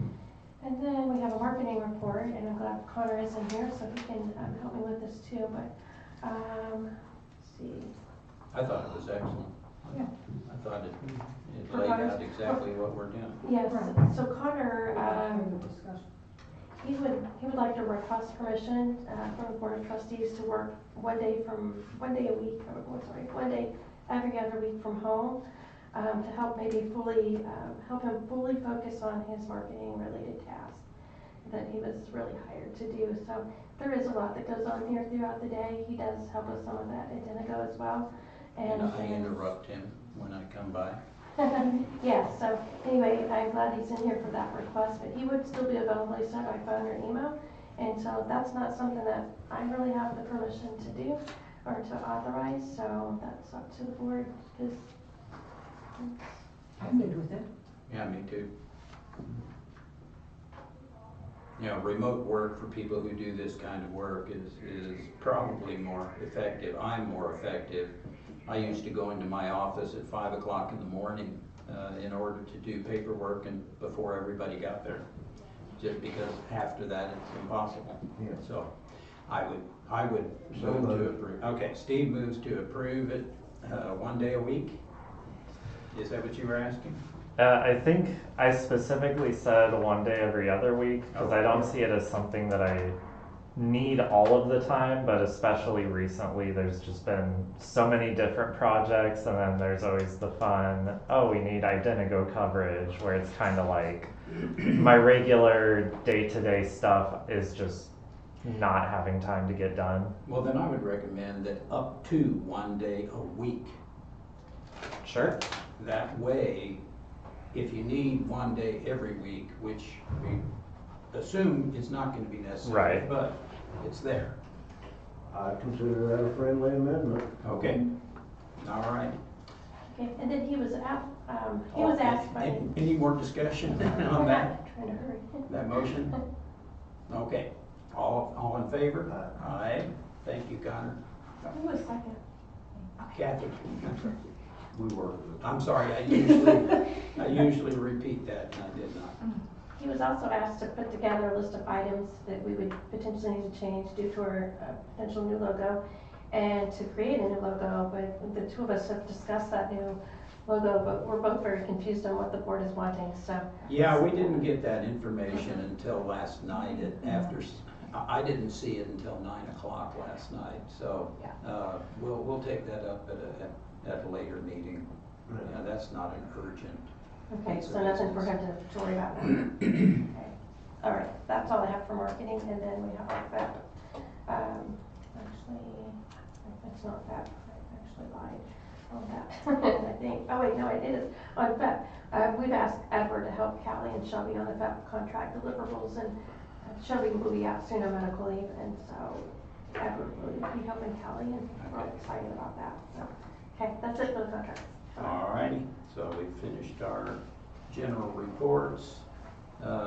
I didn't see an administration report. I just have a couple of things written down here, so I did update Vicki Did updated the you organizational send chart. us any information on that? Yeah, the organizational chart, that was part of that. Oh, okay. So got I that. just want to mention that was in there, so the only unfilled position that we have on that is the building position. Mhm. And then I failed to mention last meeting that Edward Curran is our new front desk clerk. He is on that organizational chart though, so. And that, just wanted to mention at the May 21st board meeting, we did, the board voted to keep the office open all day. So our staff has worked very hard to make that happen. They're staggering their lunch breaks, and we did fulfill that request on Wednesday, June the 12th. So far, everything seems to be going well, and I have not heard any complaints. Everybody seems to be working together as a team. Connor's worked very hard to get the hours of our operation updated on our social media, our website. He even reached out to Google. He's also updated the vital records hours on the website. And then he's working on, did you ever get anything together on the digital sign yet? That was a request I think we saw. For hours. Specifying, I updated one thing with vital records that said we were closed. I haven't added something specifically saying our new hours, but I can, that's. Okay, for the digital sign. Nobody Yeah, so- sits out there and reads the sign all day. I thought it was a Right. request by Tanya. I just wanted it on there, that way if people are driving by, they If- can notice Sure. the Oh, I know. new hours. Yeah, I don't know it sits there. Yeah, we like that. So I do have a question on that, Karen. Is there a reason why Identigo is closed during lunch hours? I think Vicky's reached out to ask them to update that. So, Yeah, so we are behind on that, because that was supposed to be completed by yesterday. on Identigo, On it being open during lunch hours. that's at the control of Identigo staff. They've had some turnover there, and Vicky's still working on that. Yeah, so. All I will let her know to double check on that. Yeah, we need to get that changed on the website as well. Okay, Connor, can you take care of that? Sure. Connor. All right. If that's everything for our reports, we're gonna move into the old business and we'll eventually get to you guys. I did a little reshuffling on this in order to, try and move through some things. Number one, survey the community. Kathy Adams and Kimberly Foster have been working on that. I think we nailed that, pretty much nailed that down at the last meeting, but it's been forwarded to Robert with ETC, whatever that stands for. And, I would entertain a motion to approve the content of the survey as recommended by the subcommittee. And let him get to work on formatting. Kathy? I'll second that. All right, I made the motion. So Kathy, and, okay, Actually, that is permissible on small boards. all righty. Okay, any other discussion on that? I have a question about that. Robert had a reminder of saying that this would be approving, The content. it would be the final Right. format of it. Is that something that you see as like giving final approval over email just to speed things up, or? Okay. Totally. I think that the work's been done, and as far as I'm concerned, Kathy and Kimberly, if there are any questions, they should be able to answer them, but otherwise, it looks like it's already in process. So we'll call that almost done. Second is the mission statement. That was already completed and approved. I think there was I think Tanya mentioned, something about one of this, saying preventing, It was the way that it was worded the So- first time, I mean, but I liked your corrections. well, But we modified that at the last meeting. well, she sent it after our last meeting, and mentioned. You better give that to, oh, Steve's got it? Oh my gosh. Yeah, it was to the, It ain't, there's a hole in our group. Yep. see this, And if I were gonna see, the mission statement of the Christian County Health Department is to provide our residents with services and resources to promote healthy lifestyles, prevent disease, and provide a safer environment. how's that? Sounds good to me. Okay. Yes. Okay? Then we'll go ahead and approve that by motion. Kathy presents it as a recommendation, and I'll take that as a motion. I'll second that. Okay, Tanya seconds. Any further discussion? If none, then we'll go ahead and approve that. That is done, and pardon me? And I hereby dissolve that subcommittee. We don't need to have it on our agenda anymore. It's done. Alrighty, now the next thing here, speaking of passing out papers, is the employee handbook update. I sat down and spent some time with Carolyn O'Kelly and went over the changes. I think you guys have already received copies of these, but if not, here's something for you to look at.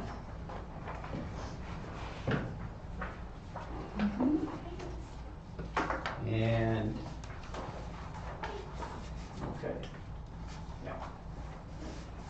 Oh, I'm gonna pass out one other thing. The thing that actually started this whole process was the political activity question.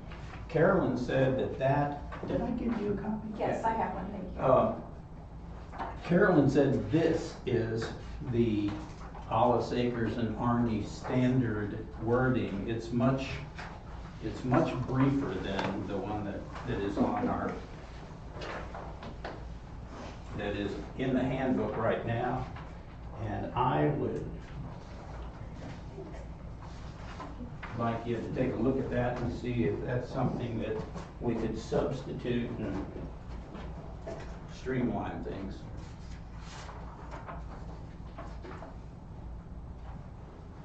Please take a minute. Let me see, Steve and I have been working on this. Let me see. Steve, my gosh. This phone, it is impossible to shut that ringer off without just shutting the phone off. Well, do what I did, leave it out in your car. Then if I need it, it's out in the car. Yeah, that's what happened With to my me. candy. Okay, let me see. I know. Just for your information, Carolyn said the HR consultant considers the wishes of the clients and client makes recommendations, but does not strictly control the content. The HR firm is liable for any errors or misstatements if their recommendations are not followed. So this is a dynamic document that can be changed if necessary. And if you look over that, I would like to see what your thoughts are. We've got the vision statement, mission statement, which, you know, that's already, the mission statement's already been approved. So it will replace the mission statement on here. Uh-huh. Yeah. And then, under Board of Trustees, it has a comment in there about administering discipline, but it's not the role of the board to administer discipline, except it's the role of the board to approve it. Yeah. Approve disciplinary actions. Diversity statement needs to be modified, especially in view of DEI going away. So it's modified, page 6, in 3 different places.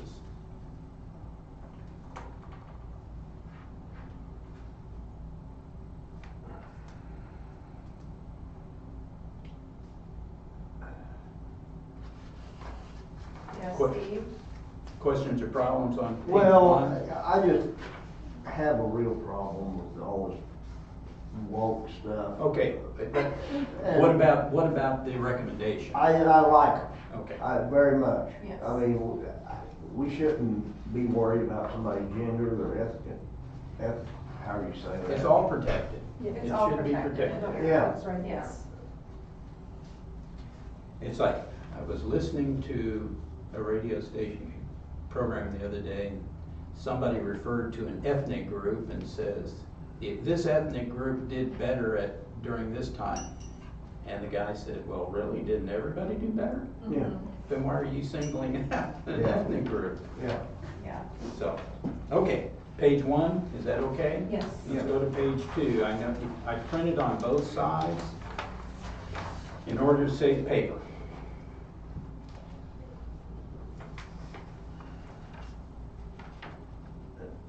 But Ken, I've looked at all this before, and I think you did a great job. I mean, it mainly. I looked through it too. I did too. Yeah. Okay, I just want to make sure that Yeah. we, I think it's good.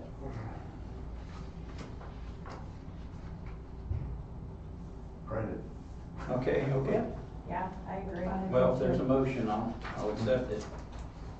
You're Yeah. making a motion I'll to make a accept motion. the changes as, now, As with the formerly approved mission statement taking the place of what's here.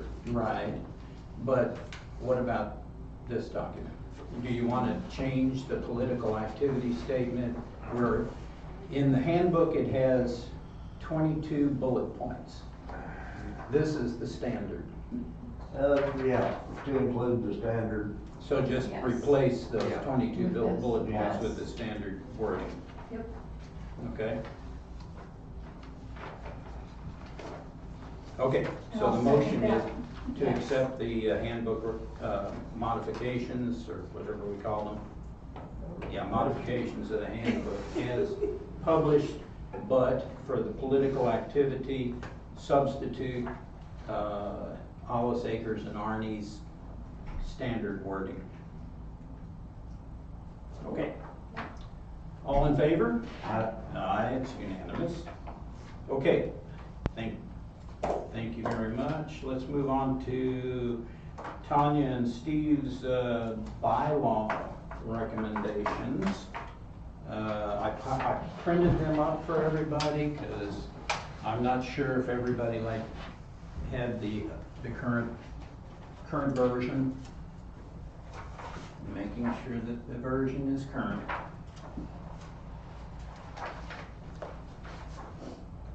There is only one change on here, and that was recommended to me by a corporate attorney, and that was to put the, on the last page, there's a statement about no, oops, yeah, I think that one. Well, maybe I don't. Come on. No, where's my last copy? That's pretty standard. Yeah, that's standard. He said it's a standard boilerplate for almost all corporate awards. To include the statement that is, I mean, if you step outside of your umbrella of protection, then you can be, but. yeah, Article 14 Yeah. of Section 4. I'm sorry, did you say this was approved by a corporate attorney? Not our attorney, right? No, it was not our Oh, attorney. okay. It was recommended in a conversation. Okay.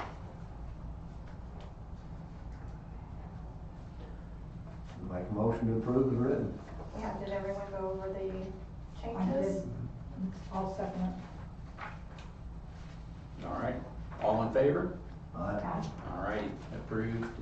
That'll be our new published, well, once they get written up. The formatting here is not the same as the original formatting, but we can reformat that. Okay, moving on to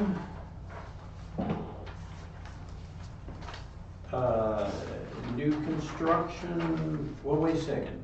We have an update also on our subcommittee Which one? with our nurses. I've got, meeting. yeah, you're Perfect. in here.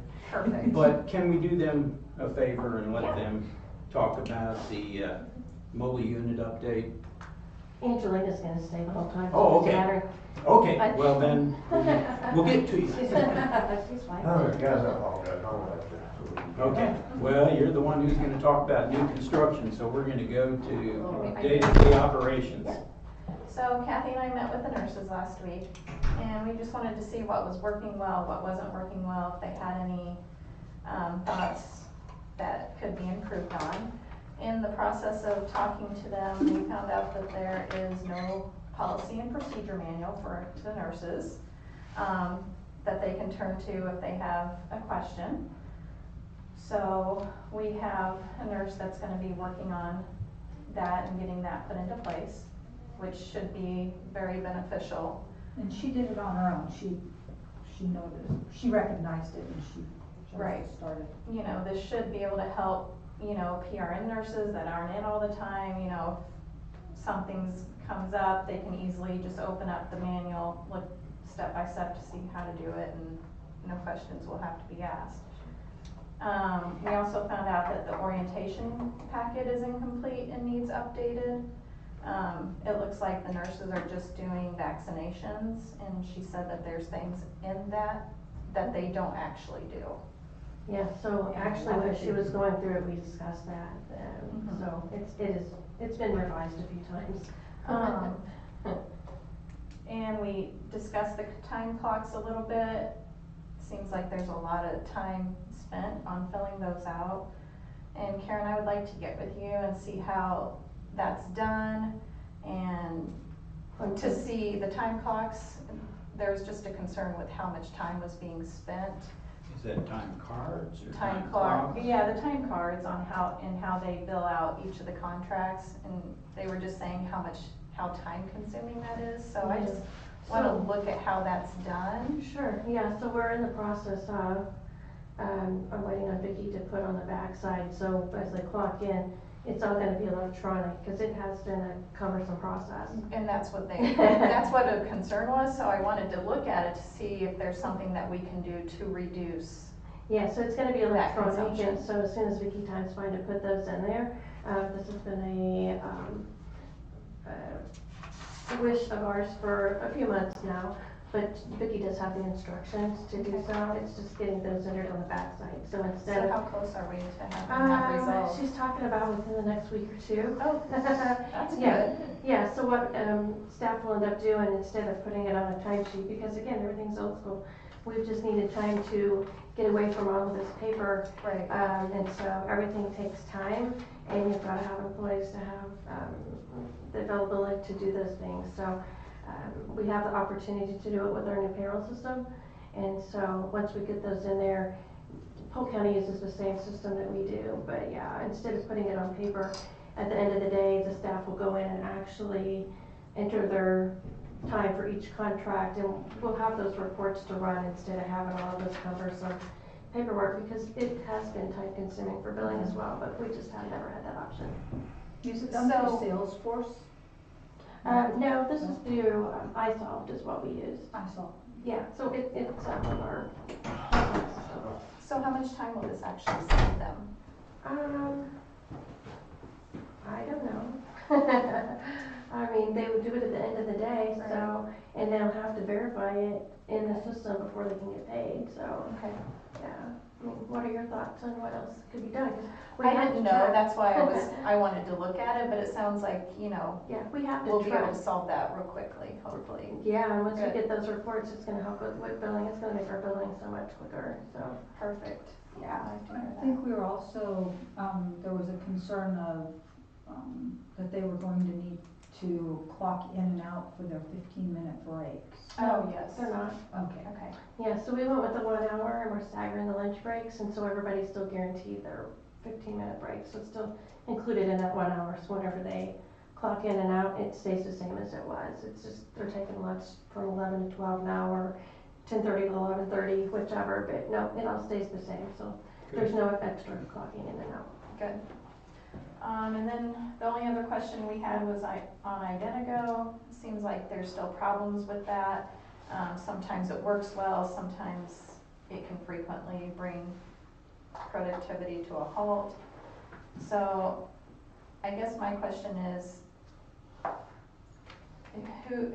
is this available anywhere else? Is it something that we want to continue to do? I looked into It it, was a complaint with a lot of employees. and I feel like it's been a complaint. We have heard about it, Identigo complaint since the beginning.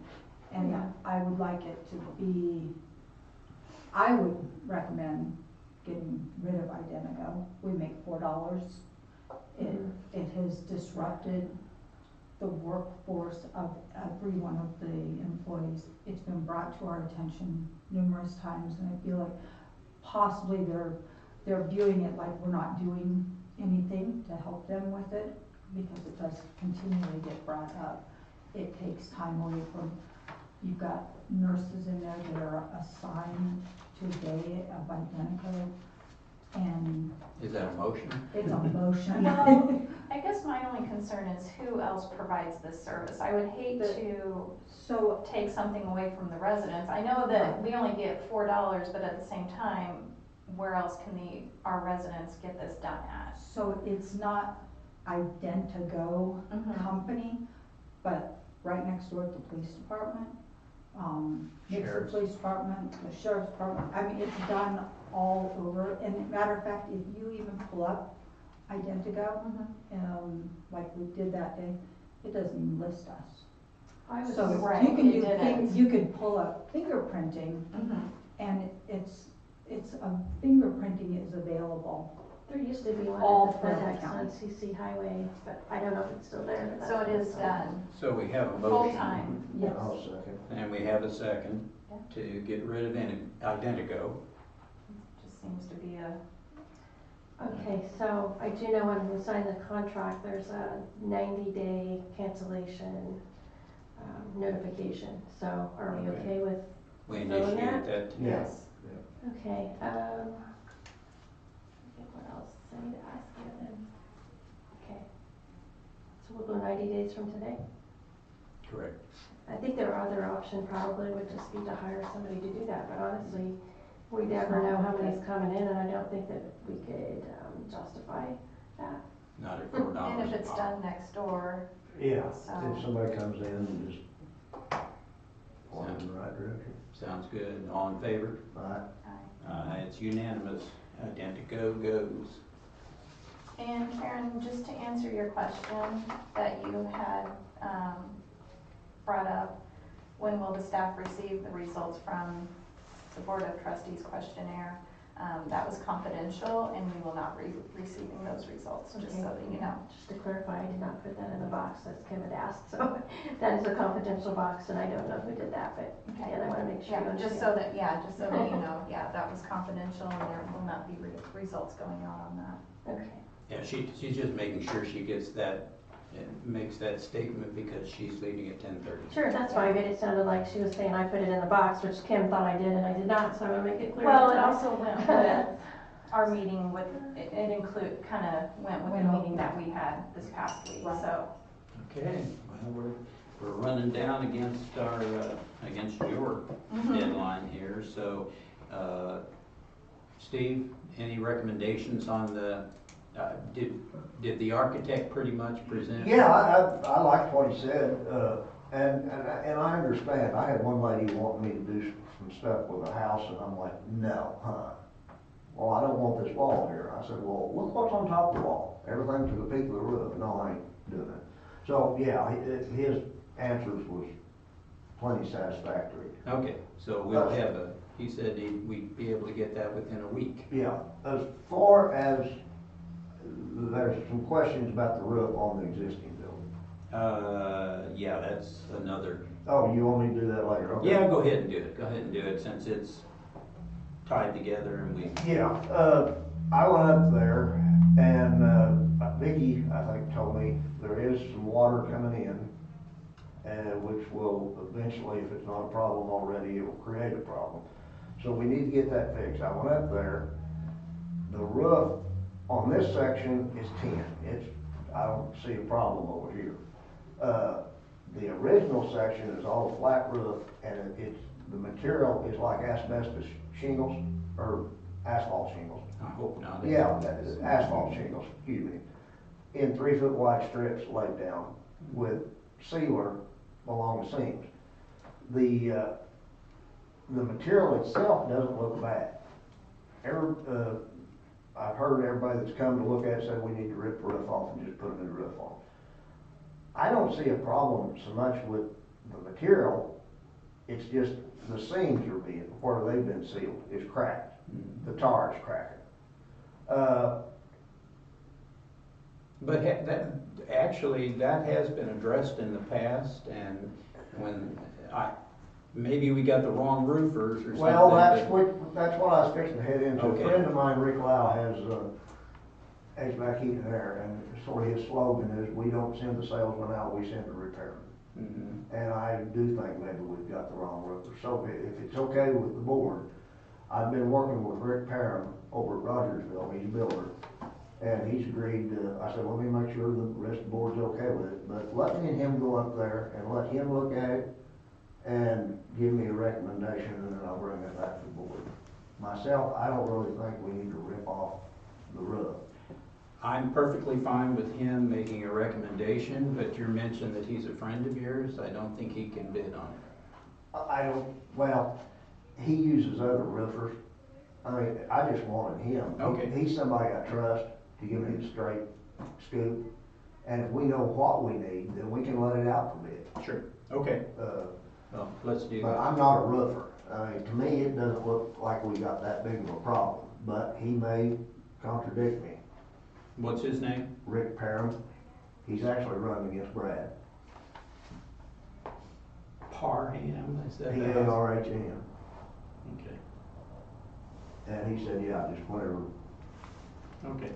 And I say he's a friend of mine. I've known him through politics maybe a year.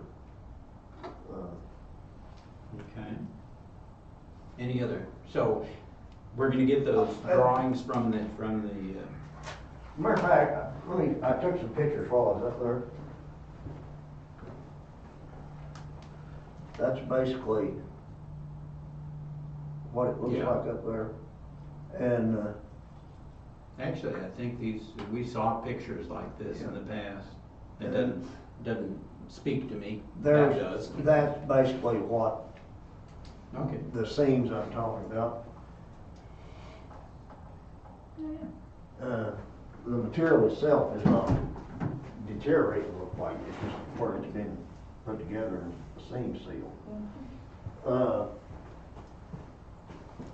Okay, well, we'll go ahead and get an opinion. One last thing though on that, Kim said one day you and her came over here and you pretty much took a shower coming in the front door. Because of the lack of guttering. Right. Yeah, and you've got that bubble up there and then it just goes off a little bit of a slope and then straight down. I would recommend when we're doing the roofing, we're just adding some guttering up there and running it down the sidewalk. Well, we'll get the opinion first on the roof and include the guttering, when we put it out for bid. Yeah. So that's all I had. Okay.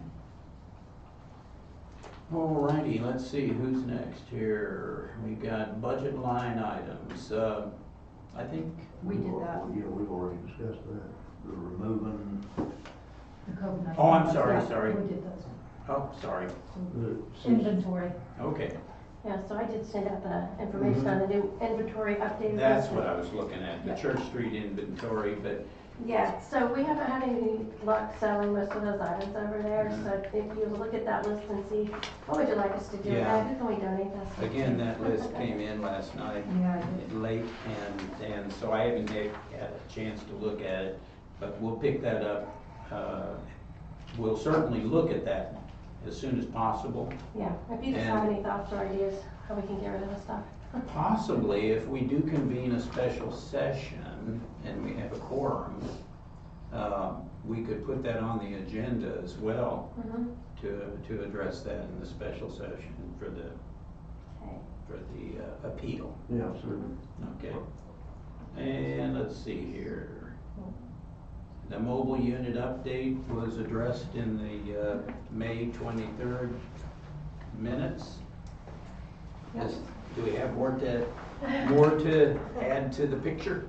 A bit. I understand Angelina is pretty much the one who's been heading a lot of the project. I think on our end, as far as getting things moving, we wanted to kind of have that formal board approval of we can start putting things, on paper, like scheduling to actually go out there. We've kind of been unclear if everything seems good on your guys' end or if there's any further review before we start contacting places. And I don't know if you have anything to add to that. Yeah, so as per the requirement has given from the last meeting, so we have reached up to the point and made it like we have done with the places we need to go. We got the resources. All we need is the scheduling to be done, and we need to inform the places back that this is the day we are going to come. That's all. We are good. Well, when I looked at your minutes from the 23rd, I thought, we're ready to go. Yeah, I thought it was a really good meeting. I mean, the points and ideas that come out were, hey, yeah. Okay, then can we give them the green light to go ahead and start So scheduling? moved. All right. Is Tanya okay with that? Because I was told we need to do a nursing analysis before we can get the mowing unit on the streets. So, That was our nursing analysis. Yeah. it what? No, we weren't. The nursing analysis was what we Yeah. already discussed. In the Yeah. email that I received from you, you said that you didn't want the mowing unit to go out on the streets until you completed that. And we did, that was our meeting last week. We were just discussing everything in general, kind of seeing how, Okay, so we do How have they permission felt to about it. schedule Yeah. our nurses? Okay. Well, that's what the motion is about. Right. Okay, so I would like to recommend that we hire a health educator because Angelina's doing the majority of this work and Connor right now. When Angelina is done, Connor and I cannot sustain what needs to be sustained to keep that mobile unit going and planning and scheduling and all the updates. So, our recommendation as we spoke, I mean, if we're gonna sustain this and get it out in the community even more, somebody's gonna have to take control of that project. Mhm. And so that person could actually develop the, whatever we're gonna offer into the community. I could work with them on the scheduling part, but I mean, that's very time consuming. Connor and I have, even though I'm not involved in that group, they do still have to come to me with questions or concerns. And again, I give them my best advice and I refer them back to the board. Okay, well, that specific issue is it will have to be a work in progress. Yeah. So who do you want to take the lead over that project? Is Right what now, I guess think you're- it should.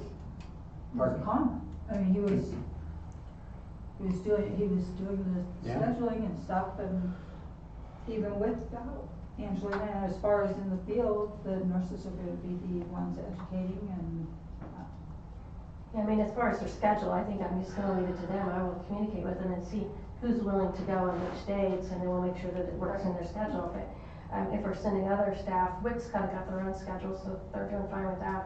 If we're gonna incorporate, environmental, right now, I don't know that we can really do that. I mean, obviously, it would be not very beneficial for us to take them away from our community Right. and send them out on mobile units Yeah. to do some education. Well, I think that Angelina actually seemed to spell it out pretty good. It looked like if we could have just a nurse and another staff member, whatever that agree. ends up being, yeah. Yes. that's gonna, and then we'll discover what else we need. Yeah, Yeah. Which So- is, it's Yeah. just the trial and error process we Absolutely. are just Right. having. which is why I think, maybe to begin with, we send it out once a week Yes. to figure out What else we can what add up problems and might what else arise. need to be, Correct. yeah. So now, as far as Angelina's here, so she can help us with the planning part of that, but when Angelina's gone, that'll fall onto Connor to decide what we're gonna continue to, At least for the interim. okay. And as far as environmental, you might have some copies of the installers guidelines in there and some stuff, information where you can just hand out for people to read. I mean, Yeah. there may be people that come up and have a question about their sewer system and what are we supposed to have? Yeah, And where, just give them a copy of that way you're not tying up a human, you're killing some trees, but yeah, I agree. I think we could train whoever that extra person is, or the nurse, they could very well do that, but I can't see us sending an environmental health specialist right now with them still training and everything that they have to do. And I think it's gonna go out for a purpose. Each time it'll go out for a purpose, and the purpose, Mhm. you're not gonna have people, looking for other Oh. things. Please. No, you can come around here. Yeah, I don't think we need to micromanage No. the mobile unit. I don't either. I think that's going to, I think they're gonna do it themselves. Right, I agree. We have, several people now that know how to drive the mobile unit, so Connor and, I think Connor's been keeping a list of that, so how many do you think we have at this point? I haven't really been keeping a list, but I know Emily, who is full-time nurse, and then Jan? some other part-time nurse. Was it Kathy? It's Jane. Well, I know Jan Marsha? has. We probably have 8 or 10. Oh, the Individuals. part-time, yeah? Yeah, that are, and then our intention is to make sure everybody gets an opportunity to go out and drive it. So somebody learns how to drive it and then they go teach the next person, so it's kinda like. I think both of our See, front one do, desk, one teach, both one- Edward and I'm not sure if Melissa has, but I know Edward has. So Yeah, so we've got several And people. everybody was when we spoke with them, everyone was very excited to get out and about. Sounded like it. I think only one of our part-time nurses has outright said that they're not gonna drive that, and everybody else has been fine, and so. Just to kind of comment as the person who would be organizing it, I don't see it being an issue for if we're doing just one trip a week. If we're wanting to make the schedule more full for the mobile unit, that's where I'm not really somebody who schedules staff, and that's where my only concern would be. Yeah, I saw that in your email and I totally agree. But Yeah. again, that'll be a good problem to have. Sure. We will be going out frequently. We can hire somebody or shift responsibilities, but I think if we just get it at one day, we're doing enough. And we're still working to get the volunteers, and that is one of the And categories on that The volunteer application. scheduling is going to lay on Karen. It's not, scheduling is not scheduling it out there. Right. Is not. Karen would be responsible for scheduling people. Gotcha. Just wanted to make sure Yeah, that was that's- clear. The rest of it, Is that the way, yeah. Yeah, that's fine. by the way, at 10:35, Tanya Tanya left, left. so now we're down to a bare quorum. Yes. Just for your So, notes, and we'll just for your minutes. Move. All right. Goodness. So now I can't take a bathroom break. Okay. And volunteers and interns, you've already mentioned that. Somewhat. You're welcome to go back if you want to, unless you. Oh, yeah, I guess need that to was stay. my So thing. Angela, you're welcome to stay through the rest of the session if you like. Okay. You can't nap as easy when we bore you. It's very enlightening, thanks. Connor did get our application for volunteers posted on our website and our Facebook, and he put those on our May the 31st.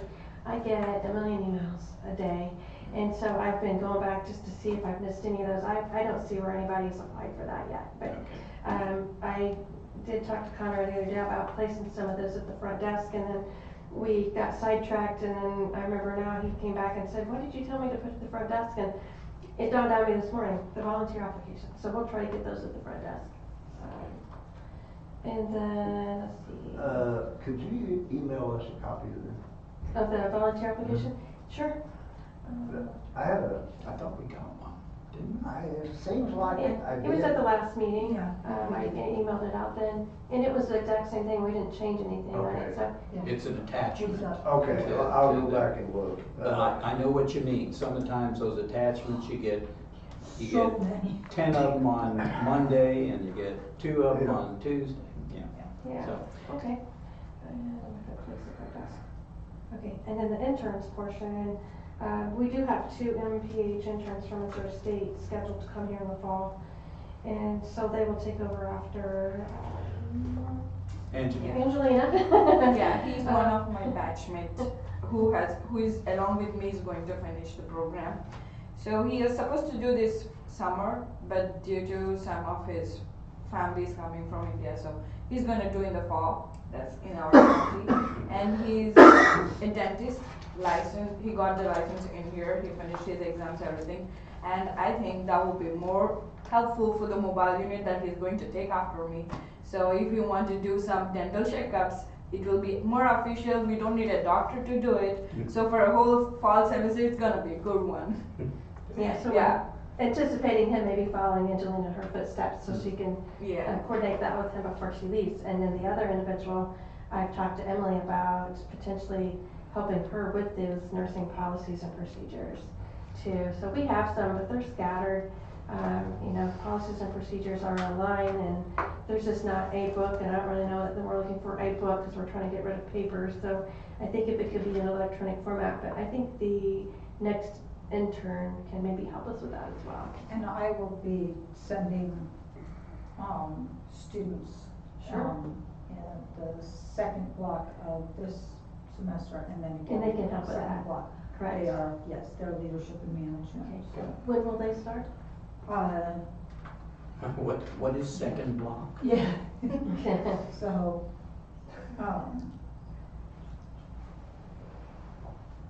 so they should be here they won't be here till October for that. Maybe they can help with the revisions by that point, so hopefully. We will have, Okay.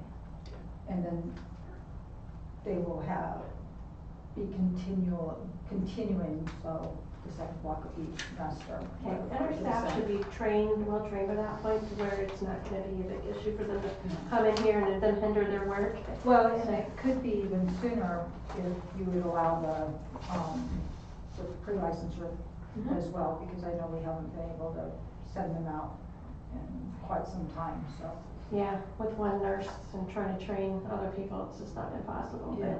but I think we're Well, they're stabilizing on the nursing side, Yeah, but, their leadership, so they would be able to work with you too. yeah. So, That's- so have them reach out and then we will get them in touch with the nursing side, see if we can get that policies and procedure handle and whatever else they might need over there updated, so, good, thank you. Okay, we already talked about the wastewater concerns, I think, Steve. So we're down to standing orders. Yes, and I'd just like to say thank you, Ken, for your willingness to sign those standing orders. I know that you had multiple questions from our staff, but it sounds like everybody's on the same page, and if they have additional questions, it's my understanding you're okay with them reaching out for that, but thank you for that. That's wonderful. And just for the information of everybody here, the consent laws changed in 2023. The previous standing orders were based upon old consent law. Yeah. When I adhered to the new law, several of them were like, well, why is it so strict? That's the reason. An affidavit is required for medical treatment of minors. Yeah. And we're trying to work with various consent forms here that we can implement that will help to streamline that, but also putting the information out on the website that, you know, you have to, if you're not the parent or an emancipated minor, you have to have the consent. Yeah. And you have to have an affidavit. So that's a work in progress. Callie just sent me 3 recommendations. I have not gotten a chance to go over all of them with all the other things going on here. And with that, we close out our old business. Now we're into new business. The first issue on there, I want to make a comment here. The Sunshine Law training that has been scheduled on the 8th of July. This was something Karen took upon herself to schedule, and I know that some of the trustees either cannot or are going to find it a hardship to attend. I called Jay Turner myself, and he advised me that the training is not mandatory. That's funny, because I have And it right it here is in my notes. voluntary, and it's a service of the AG's office. It can be deferred if we want to a later time, because at this time, there is no extant complaint, and the training is not disciplinary. So it's either do it now or defer it, or just don't have to do it? Are you saying defer it until there is a It technically does complaint? not have to be done. And I had a clarification here, I was gonna send this out in email last night too, but I did not. And so, I talked to Jay the initial time, because I did express my concerns about maybe either, we've had some complaints about maybe not following the Sunshine Law. And again, as a custodian of records, I'm not comfortable even putting some of the things on the agenda, because I don't really know what can be talked about in an open session, or which has to be removed to a closed session. So the initial time that I talked to Jay, he did state that, I think his requirement more was, he wanted us to do it all in one training. And again, when I called him the second time and I said, here's who's gonna attend, can you do a second training? And then he says, no, let me clarify. He says, it's not, he said that, let's see. That must I have said been it was after I required, but that talked was a to him. misunderstanding with me. Yeah, so then, he did say that, let's see, the training is recommended but not required for anyone, and that's why whenever I questioned about having a second training, he's like, it's not required, but you can choose to go. So anybody that has, signed up or said they wanted to, you don't have to, so if you just wanna let me know or just not show up, it doesn't matter. And the reason for July 8th is because he's gonna be here in Christian County anyway, investigating a complaint. Well, it's gonna be Merriam Woods, actually. And he said that he would come here and do the training while he was in town. And he didn't know if there was gonna be another opportunity for him to come within a short time frame. So the training will occur on July 8th. Yeah. Attend if you can. But you're not required. Okay. Just so that the AG's office has it down that you've been trained. Well, I said I would. I mean, there seemed to be some allegations. Oh, yeah, let's do this, bring it on. I mean, that was my niche when I was on the school board, keeping them in line on the Sunshine Law. And I did battle with the newspaper editor over there, and, you know, on several occasions. And, things change though, I mean, they change the law. So, okay, let's do this. It's a free training. Although the law has not been changed, Okay. not since it was written. So I still do plan on Callie, me, and Connor, because Connor's the one putting things out on social media, and Callie's taking notes, and me helping with the agenda and the custodian records. I think we all need our training, and that's very appropriate for our staff, but, so we will continue with the training, so it's really up to you if you want to come or not, so. Okay. And I'll send that out again, because that was on my notes to clarify with you, because after I talked to him again, I was like, he's like, well, I don't necessarily have to come in and do some training. It's like, oh, I thought they needed to, but he says, no, that was not right. It's only recommended. That was July the 8th or 18th. Eighth, Yeah, 8:30. 8:30 to 10. I think I've already got it wrote in my brain. Yeah, and it's 8:30 in the morning. He said it would be about an hour and a half. Yeah, 8:30 to 10, I remember that now. Okay. Second item, meeting recordings. Yeah. I'm not sure what that's about, but So we have a let me- new little let me recorder here, it's just as a backup. I just want to remind everyone that this was an effort of the former board, that the meetings would be recorded or live streamed for public viewing. It is not required. There is no requirement for recording of the meetings. In fact, there was actually some objections from the previous board to recording or videoing the meetings, because they felt like it was going to have a chilling effect. But we approved that. Now it's going. The only requirement is that there be minutes. Yes. And so, let me see here. There was a glitch at the May meeting that I recall, and Connor has been in touch with Alltech and tells me he thinks it's been resolved.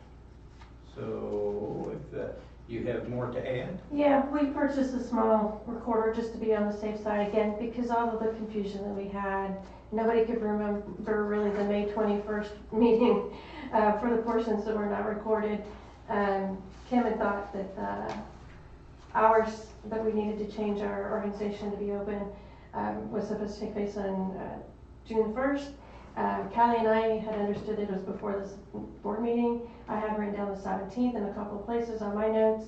Kathy couldn't remember. Nobody really remembered who made that motion. So again, just as a backup, it doesn't necessarily mean it has to be placed out to the community, but I think for purposes to have on hand. And then open sessions is my understanding that those can be recorded by anyone, and the board doesn't really have any say in that. If anybody wishes to come and record those, they're welcome to do that. Unless it interferes with the proceeding of the meeting, so, like Yeah. your phone. Yeah, so, anyway, that was very inexpensive, and so we have it, and we can use it. If we don't need it, then we won't use it, but if we need it, we have that to fall back on, and not all the emails back and forth and confusion of really who said what, or what date are we really looking for, so that way we're all on the same page.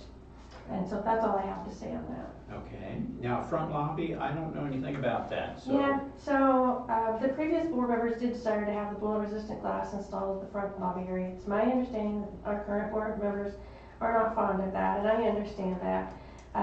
So one of the comments that I received was that it's the isolation of barriers renders staff unavailable and seems to empower some of our staff to be short with clients. Well, I'm actually not aware of any staff being short with clients. I just want to make sure that you understand this board has the right to remove that bullet resistant glass. All you need to do is vote on that. And so I'm fine with whatever you do. I was fine whenever they put it in. I'll be fine if you remove it. And so all I need to know is if you wish to have it removed, please just let me know who I need to call to do that. Otherwise, if you don't wish to remove it, how can we work together to make sure that that glass is acceptable to you and it's working for everybody?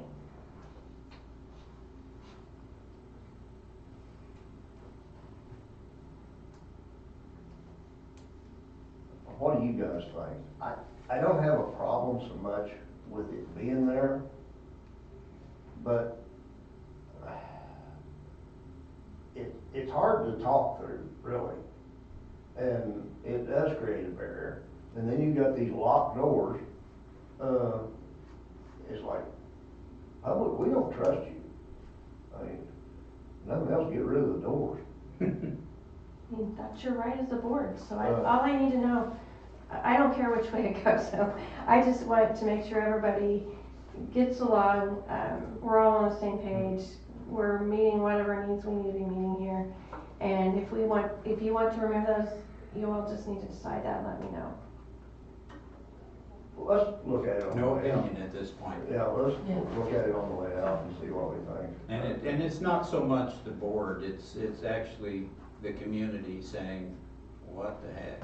Yeah, and I haven't received any of those complaints, but I mean, you probably We're have, I out in don't the know, community right? a lot. Yeah. So, I mean, so there's where I would ask the board, at least help figure out a plan to make that glass and doors work, and let's move on, or let's get it removed and then make whoever's not happy about it happy.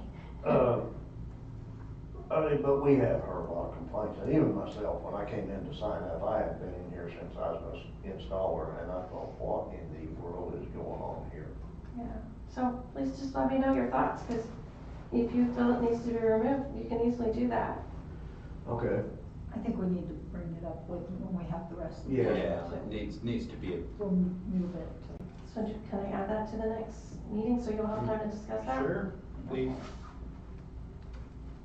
But duly noted, I have not been a proponent of the bulletproof glass and the barriers and, Well, now's your time to do something about it. okay. This is your opportunity. I'll look at it close on the way out, and see if I can come up with some ideas. Sure. Well, I just hate to see, I didn't agree with it being put in to start with, but from what I understand, there's been $150,000 spent or thereabouts installing it.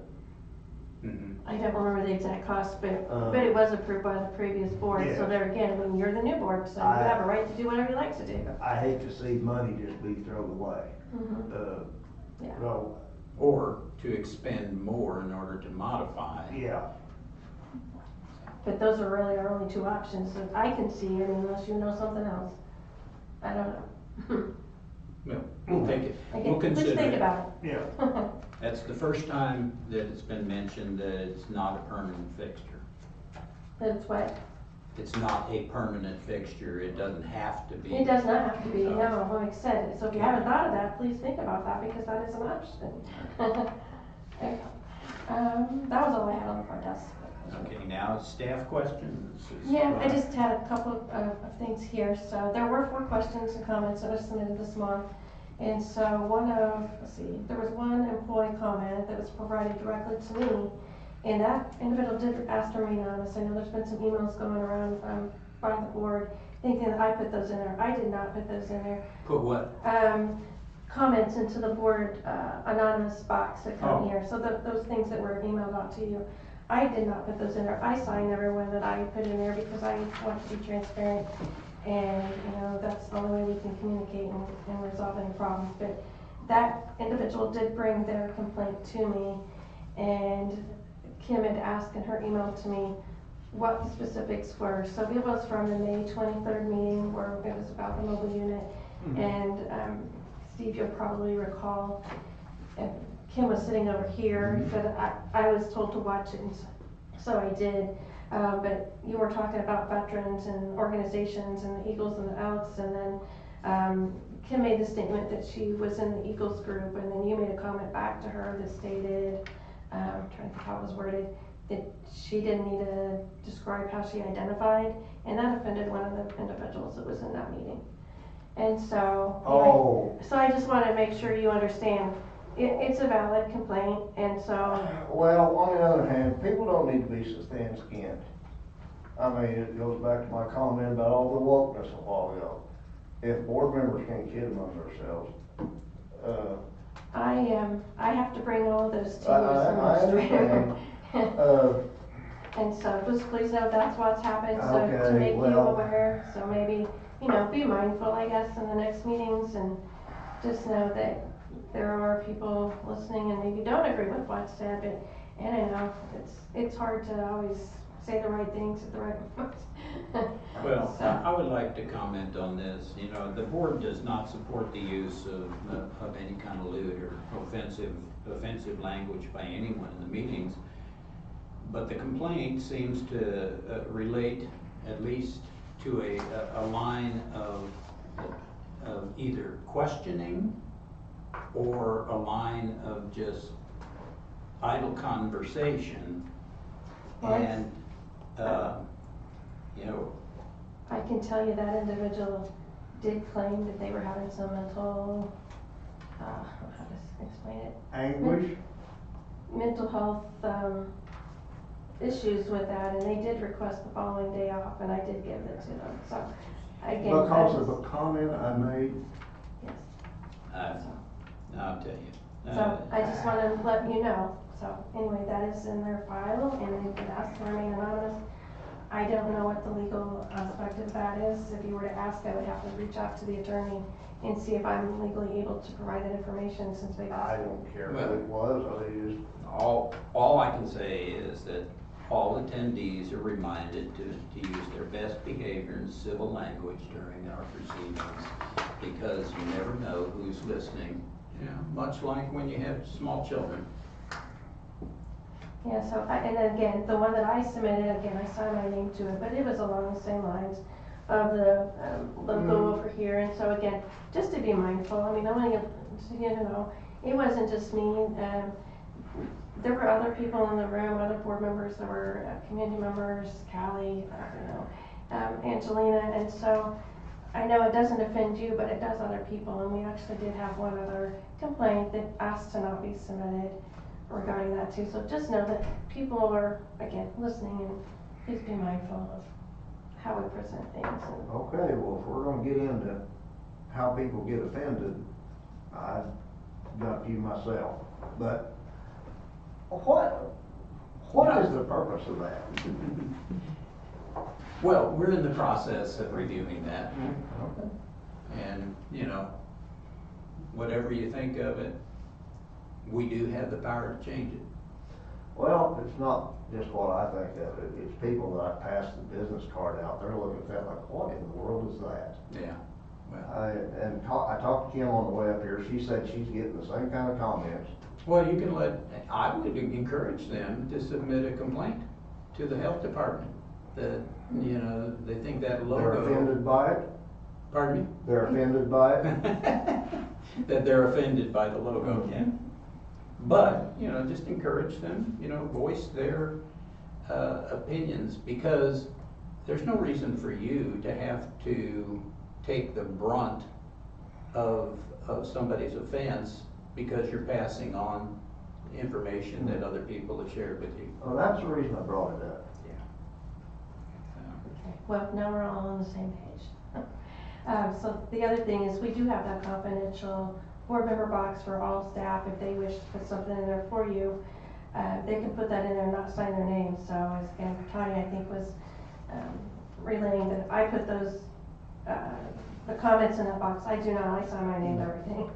And so, there is a box back there, it was established by our previous board members, staff members are allowed to put that in there, and I bring it here. Again, I'm only the messenger here, and so it's up to you all what you wanna do with that whenever I bring it here. I'd like to make a comment on that. It has been brought to our attention that they would like that, box to be brought in to the board without it going through the Sure. administrator, Sure. is what Okay. was commented to us, so.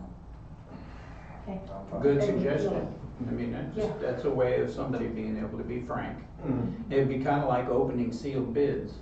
You open it up when you get here, The only problem I have with that is that there's no prior notice. It's Right. difficult to consider, in the meeting, but that being as it is. That's a would you like me to consideration. bring the box in? They just said they would feel more comfortable putting something in there if they knew that it was gonna go directly to the board instead of. Right, instead of through an intermediary. Okay, I don't have any problem bringing it in here, so. I can bring it every meeting. But somebody should read them before it's brought public. Not on YouTube? Not on like, not TV, We might get kicked off. yeah. It should be vetted. And so there, one of the other comments in there, it looked like was about the political involvement policy, which I think maybe addressed that, and so, is Yeah. that correct? Yeah, I talked at length with Carolyn about that, and Okay. she said that was either you or a previous board that wanted that in there. That And was she that said- those were established many, many years ago. She said, you know, I did not put that in there. So, but now we've corrected it, so. Yeah, I agree. Okay, I think that was it, all that I have on that. And is there another, There was a board member, I don't think I had anything else for, oh, the questionnaire. oh, And I think Tanya answered that, you know, that the Yes. questionnaire was Oh. for the information of the board. Okay, yeah, It will be used, because specifically it said it was confidential. yeah. Well, if confidential, that means it's gonna be shared with one person or with the, subcommittee. Yeah, so So- will you put something in the notes so whoever wrote that will know, is that okay? Yeah, sure. Okay. And I'd also like to make a comment on that questionnaire. Karen, I believe you took it upon yourself to add the word required in there. Nobody required it, it was Tanya did. voluntary, it was, Tanya specifically no, told me it was no, required. well, I've asked Tanya about that, and she says it was voluntary, confidential, and anonymous. And she made it clear to you on there, so I'm displeased with your adding that. Well, I did not add it without her telling me that, and so again, that's why I will have a recorder with me for future conversations, Well- because I've been accused of doing and saying things that I've not done, so And- I will have a recorder On- moving forward. On top of that, you said it was from the Christian County Health Department Board of Trustees. It was not, it was from Tanya. It was from one trustee. So you made, I think you corrupted her questionnaire by doing That's your those two. opinion. Because by adding those words, that made people on guard. And I don't think that was appropriate. Well, I sent it out to Tanya, I'm pretty sure, for approval, and Tanya came here and spoke to me, so again, I will make sure that I cover, with recordings with all conversations with board members moving forward. Well, I wish that Tanya was here, because she sent me a series of emails that pretty clearly showed that that's not what she asked. She came into the office and it was face to face, so there again, I'm not gonna argue with you anymore, but to cover myself from false allegations moving forward, I will make sure I record board meeting conversations with everybody, and I wanna make that clear. Sounds like there's a real problem with trust here that has been going on for a long time. Okay. That I'm aware of. All righty. Is there anything else to address? Are there any board member questions? I think we clarified them during the meeting. Okay. If there's no, we need to have a roll call vote here in order to close this portion and enter the closed session of the board meeting. Steve, yay. Kathy. Ken, yay. Okay. It is unanimous at 11:08. We are closing the open session and entering into closed session. And Kathy will continue to take notes and will excuse everybody else except for the administrator.